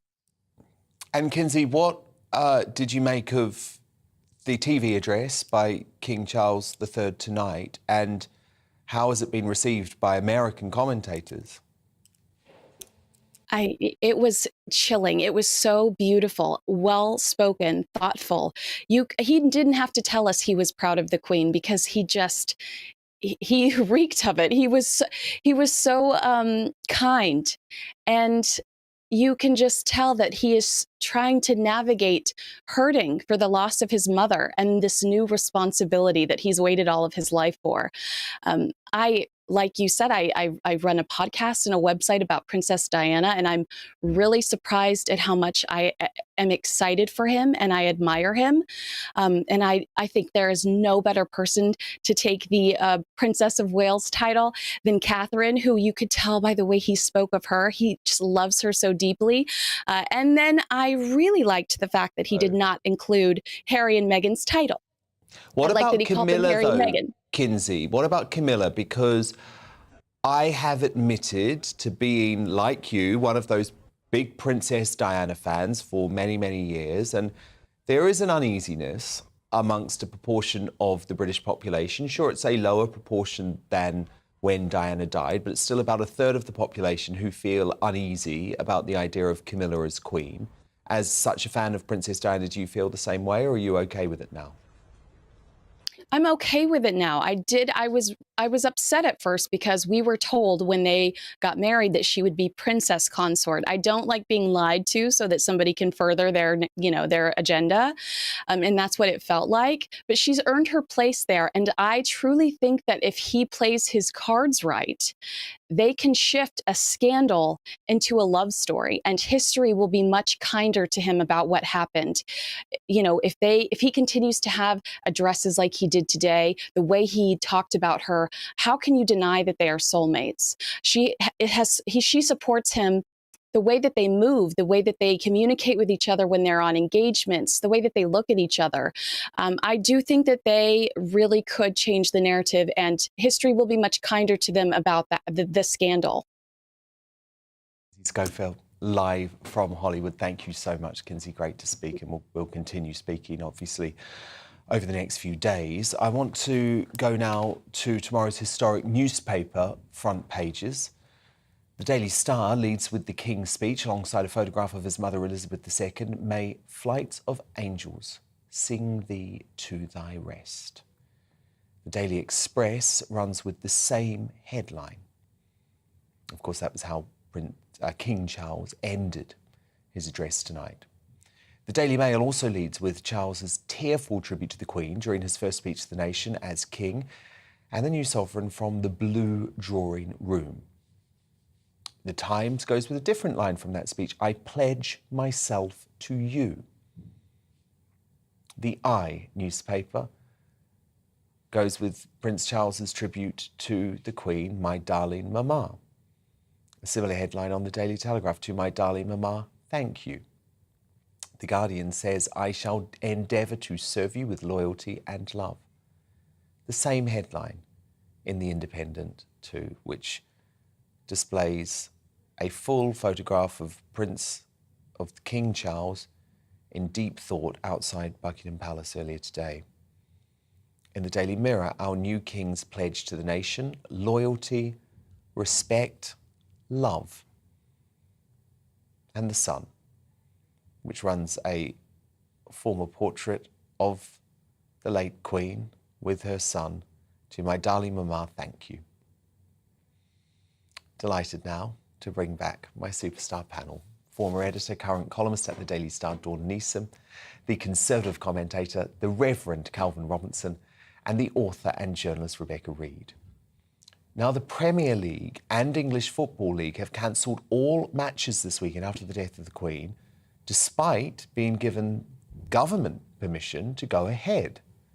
The Premier League said in a statement at a meeting this morning, Premier League clubs paid tribute to Her Majesty Queen Elizabeth II to honour her extraordinary life and contribution to the nation, and as a mark of respect, this weekend's Premier League match round will be postponed, including Monday evening's games.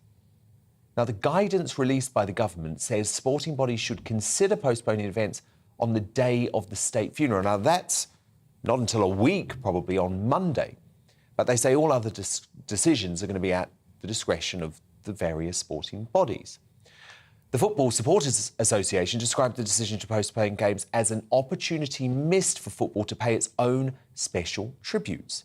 By contrast, rugby bosses decided games should go ahead, with the RFU stating in a statement that clubs are a, quote, source of strength and support during times of uncertainty like these. And this morning, England cricket captain Ben Stokes said he would be honoured to play in memory of the Queen, and the England and Wales Cricket Board agreed, so their test match against South Africa will begin tomorrow. The Queen was, of course, a huge fan of sport herself, with a particular fondness for horse racing. So I think it's a mistake to cancel sport and other events in her memory. Dawn Neeson, you think I'm wrong, I believe. Yeah, totally. No, of course I don't. I think it's mad. You know, West Ham played on Thursday night, which was... So you actually agree with me for once? Oh, what a beautiful... I should just end the show now, right? Don't push your luck. Yeah, no, look, of course I do. West Ham played on Thursday night. The fans sang a very rousing chorus of God Save the Queen. Oh, can we look at that, Dawn, actually? I'll come back to you, but I just want to look at this moment because it was so spectacular.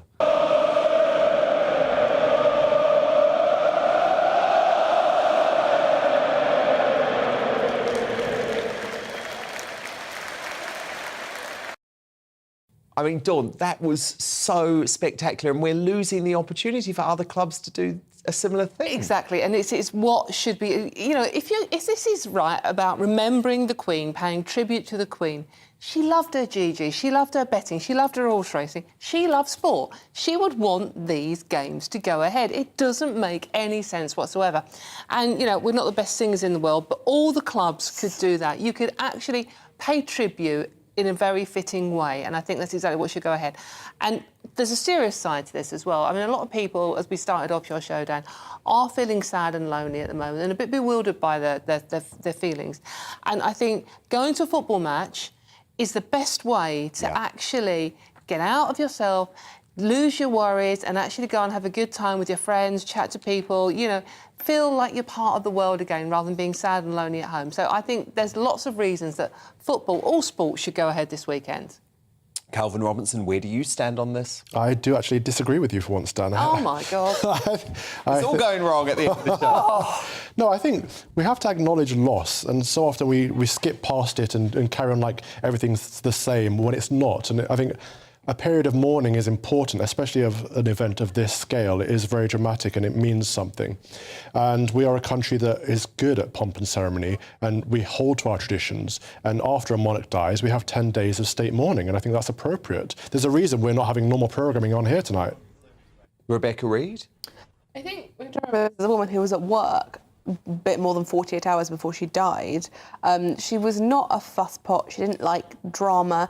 And I think she would probably think we were all being very silly if we cancel things. I think she would say, we'll just carry on. And particularly when it's things like children's sport. I heard that apparently my friend's son's under-11s game is being cancelled out of respect. And with the greatest of respect, he's 10. He doesn't really feel very deeply about the Queen dying. He feels very sad about his football being cancelled.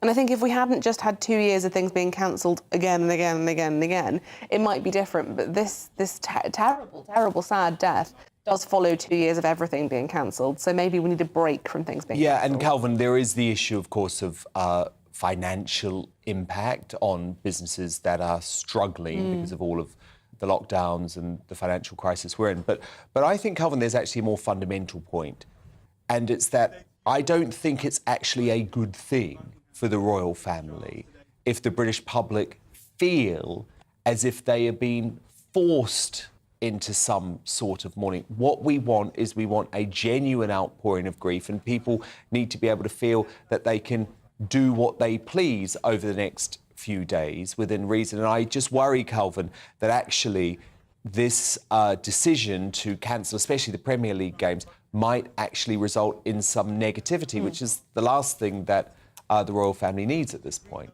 I hear you, and everyone mourns in their own different ways, which is fine. As long as this isn't oppressive, as long as this isn't top down, and it isn't coming from the royal family, people should make their own decisions on their own business basis. If a pub wants to close out of respect, fine. If it wants to open for extra hours out of respect and allowing people to mourn, that's also fine. But I do think the most appropriate thing is to have the 10 days of mourning, and we should all be wearing black, and we should all be considering and reflecting on the service and duty and obligation provided to us for 70 years by Her Majesty the Queen.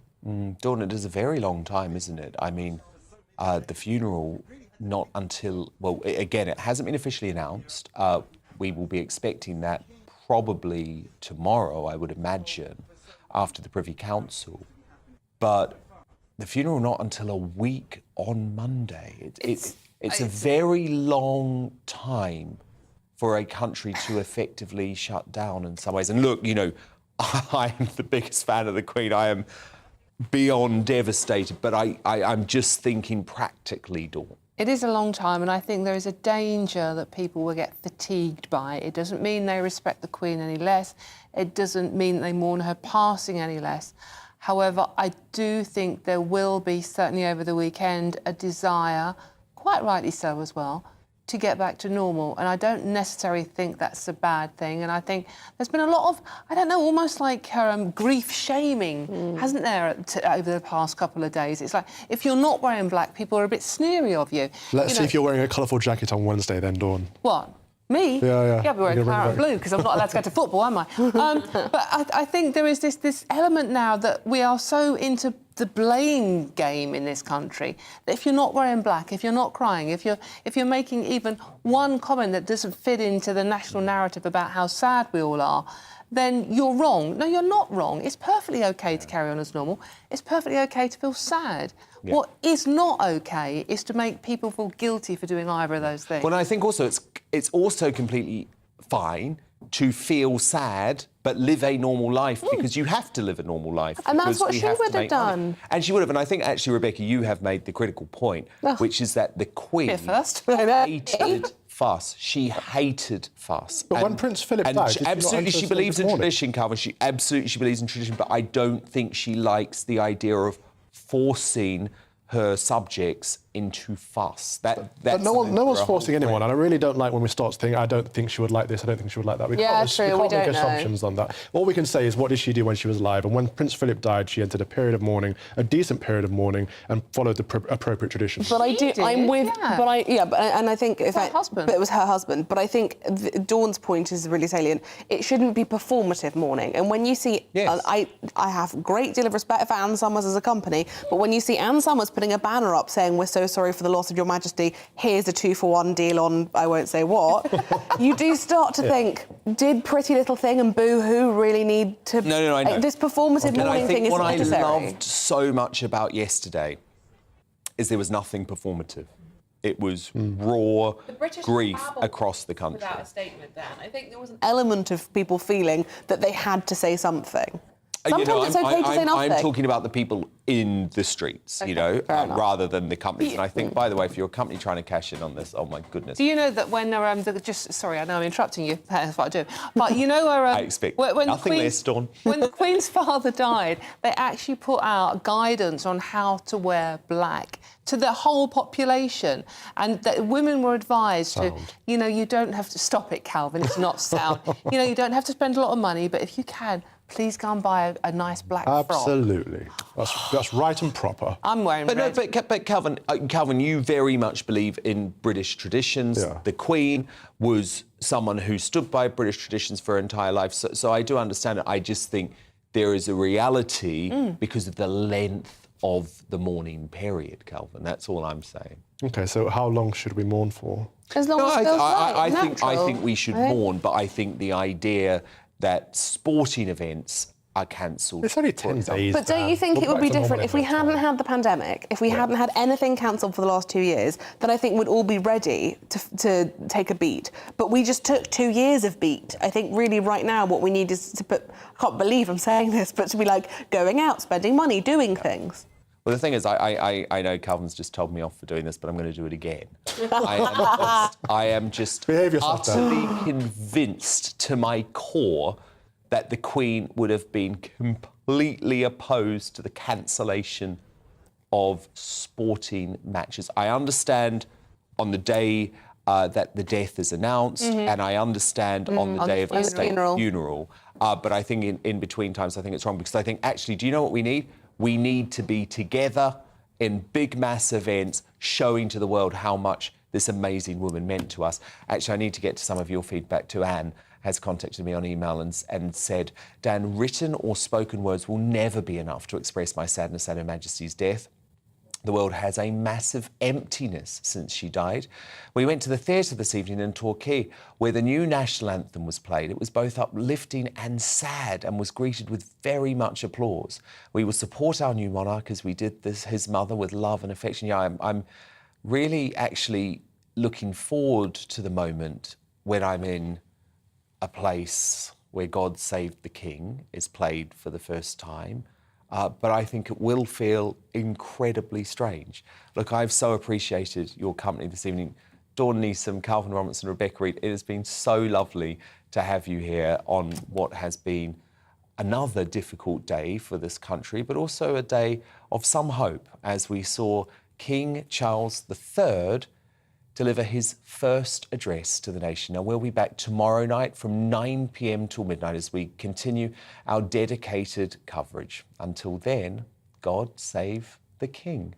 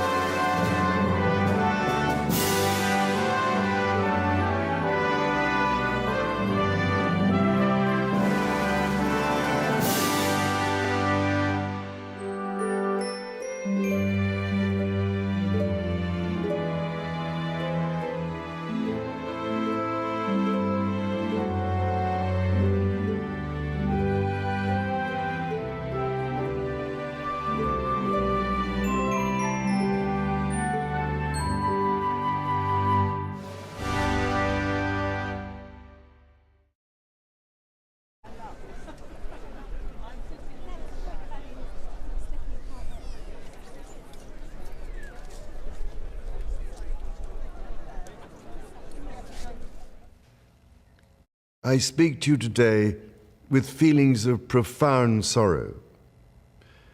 Throughout her life, Her Majesty the Queen, my beloved mother, was an inspiration, an example to me and to all my family. And we owe her the most heartfelt debt any family could owe to their mother, for her love, affection, guidance,